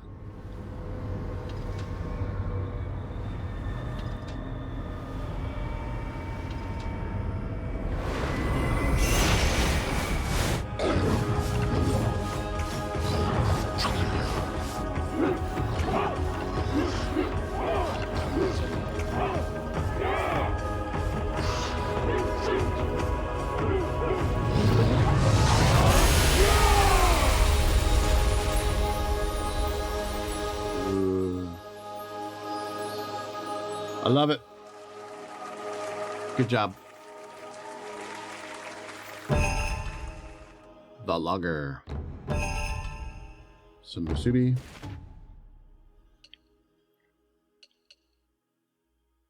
Oh. That's almost like a challenge mode. Alright. Some more musubi.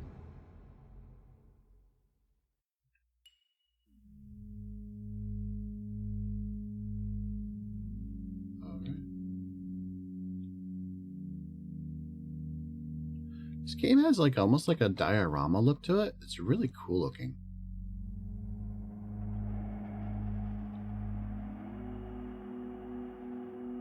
Like from a distance here, you know, it almost looks like it's made of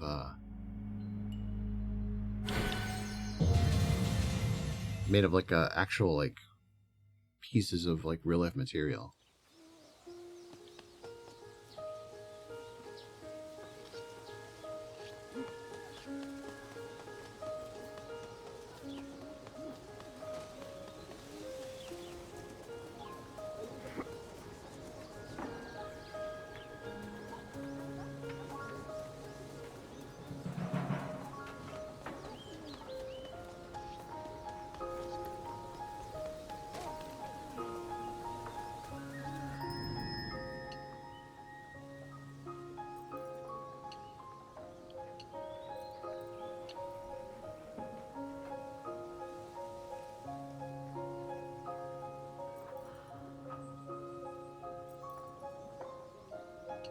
She ate the sweets. Leave her another one.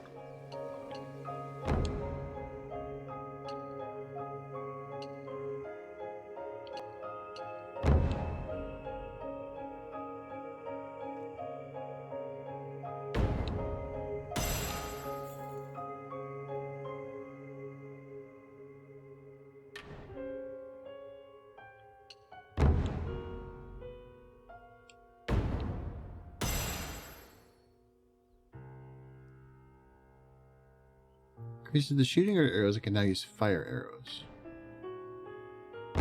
What is this look? Oh, that's a cool looking upgrade.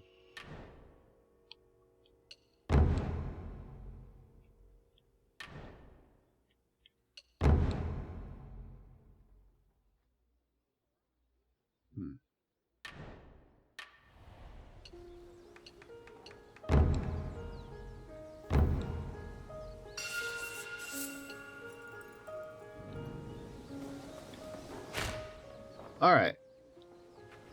Well, I think that's all the content. Just that extra mission. And I'm not really sure there's any value in doing these missions again. I mean, as far as the demo is concerned, because I don't think it unlocks any new content. You can replay it for the little achievements, but I think that's kind of about it. There's really nothing else to it. So I guess, like, impressions of what I've played so far.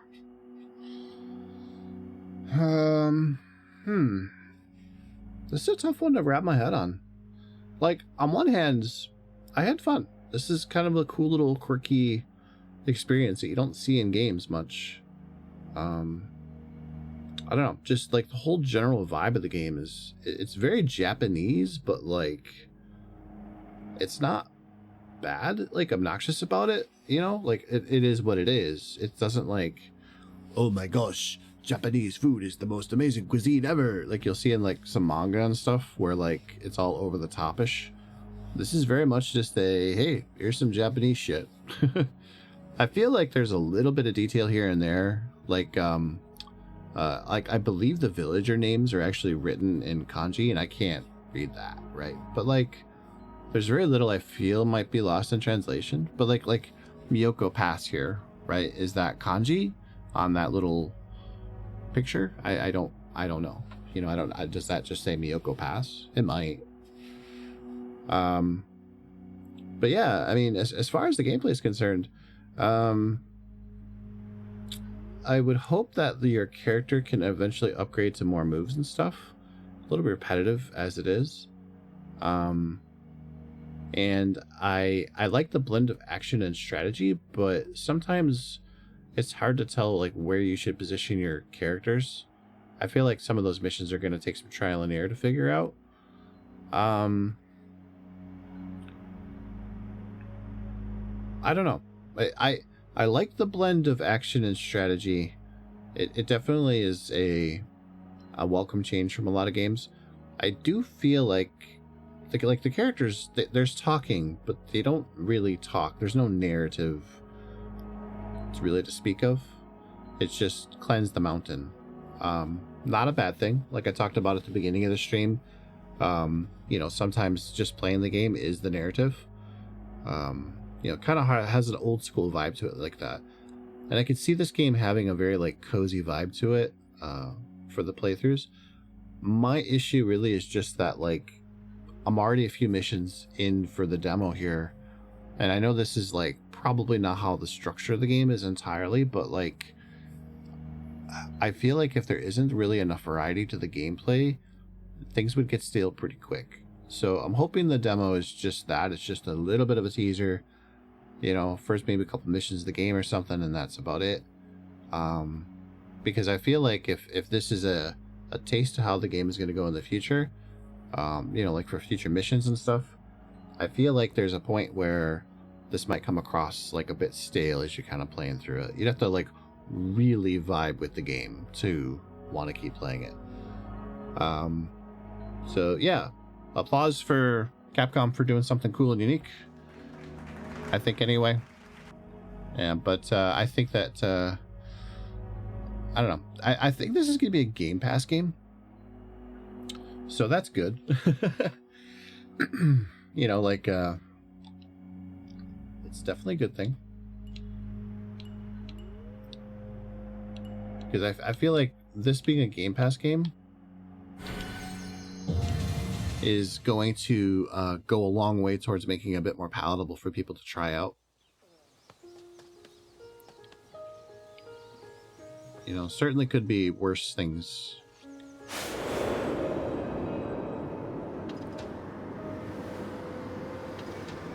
I'm just kind of curious what happens if it's nighttime in the village here again.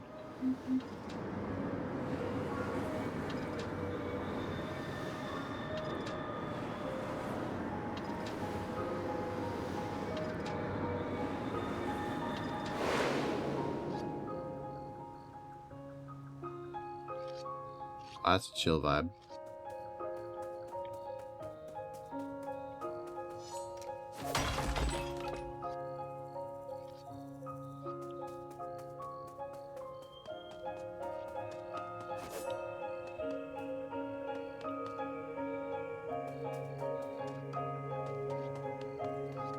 Yeah. And I feel like there's some missed opportunity here for a little bit of like a cozy style to it. Like this little village area, you know, would be kind of cool if your character could like sit at a chair or something. Just interject little personality moments. But that said, I mean, it's fine. There's nothing terribly wrong with any of that. But yeah, being a Game Pass game, I think is going to be a big help for this game. Because it'll be more like enticing for people to just try it and see if they actually like it. And maybe that'll actually spur some sales for the game. But I don't expect this game to be a very big seller. Just kind of... just a sense. So, you know, I feel like this is going to be one of those like cult classic games like Okami. You know, and it's just going to sit there in Capcom's vaults for a long time. And, you know, in like 10 years, people are going to be like, remember that Kunitsu-Gami game? Somebody will be like, yeah. And Capcom will make a reference or two to it in some game. It's kind of what they do now.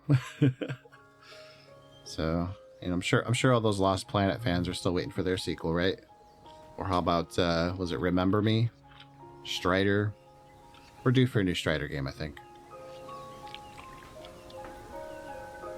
So, alright. Let's get to the main menu here. I do like this title screen. This is a sick looking title screen. I also kind of expected more from like the monsters. The monster designs are cool, but has this like creepy like plant / insect kind of vibe to it with a little bit of like the Japanese yokai mixed in. But I thought it'd be like creepier, you know, have like a creepier vibe to it, and it didn't really, which was a bit surprising. So flip on over, and yeah, I'm not really sure. So I liked it. I had fun. I'm hoping you guys had fun watching it. Yeah, it's it's definitely a weird time to be a Capcom fan. And you get cool games like this, you know, but you're hoping for like something like a new Dino Crisis or you know, new Strider or new Mega Man or something. You know, it's kind of like with Nintendo. You know, you're always hoping that that franchise you really like will get the nod from Nintendo. You know, yeah, new F-Zero, heck yeah, new Kid Icarus, yeah. You know, so, and then you're like, it's another Mario game. I like Mario, but I think that's why I'm so hyped about Metroid, Metroid Prime. Because I mean, there hasn't been a new Metroid Prime game in a long time, and you know, I mean, there hasn't been a new 2D Metroid game in a long time either.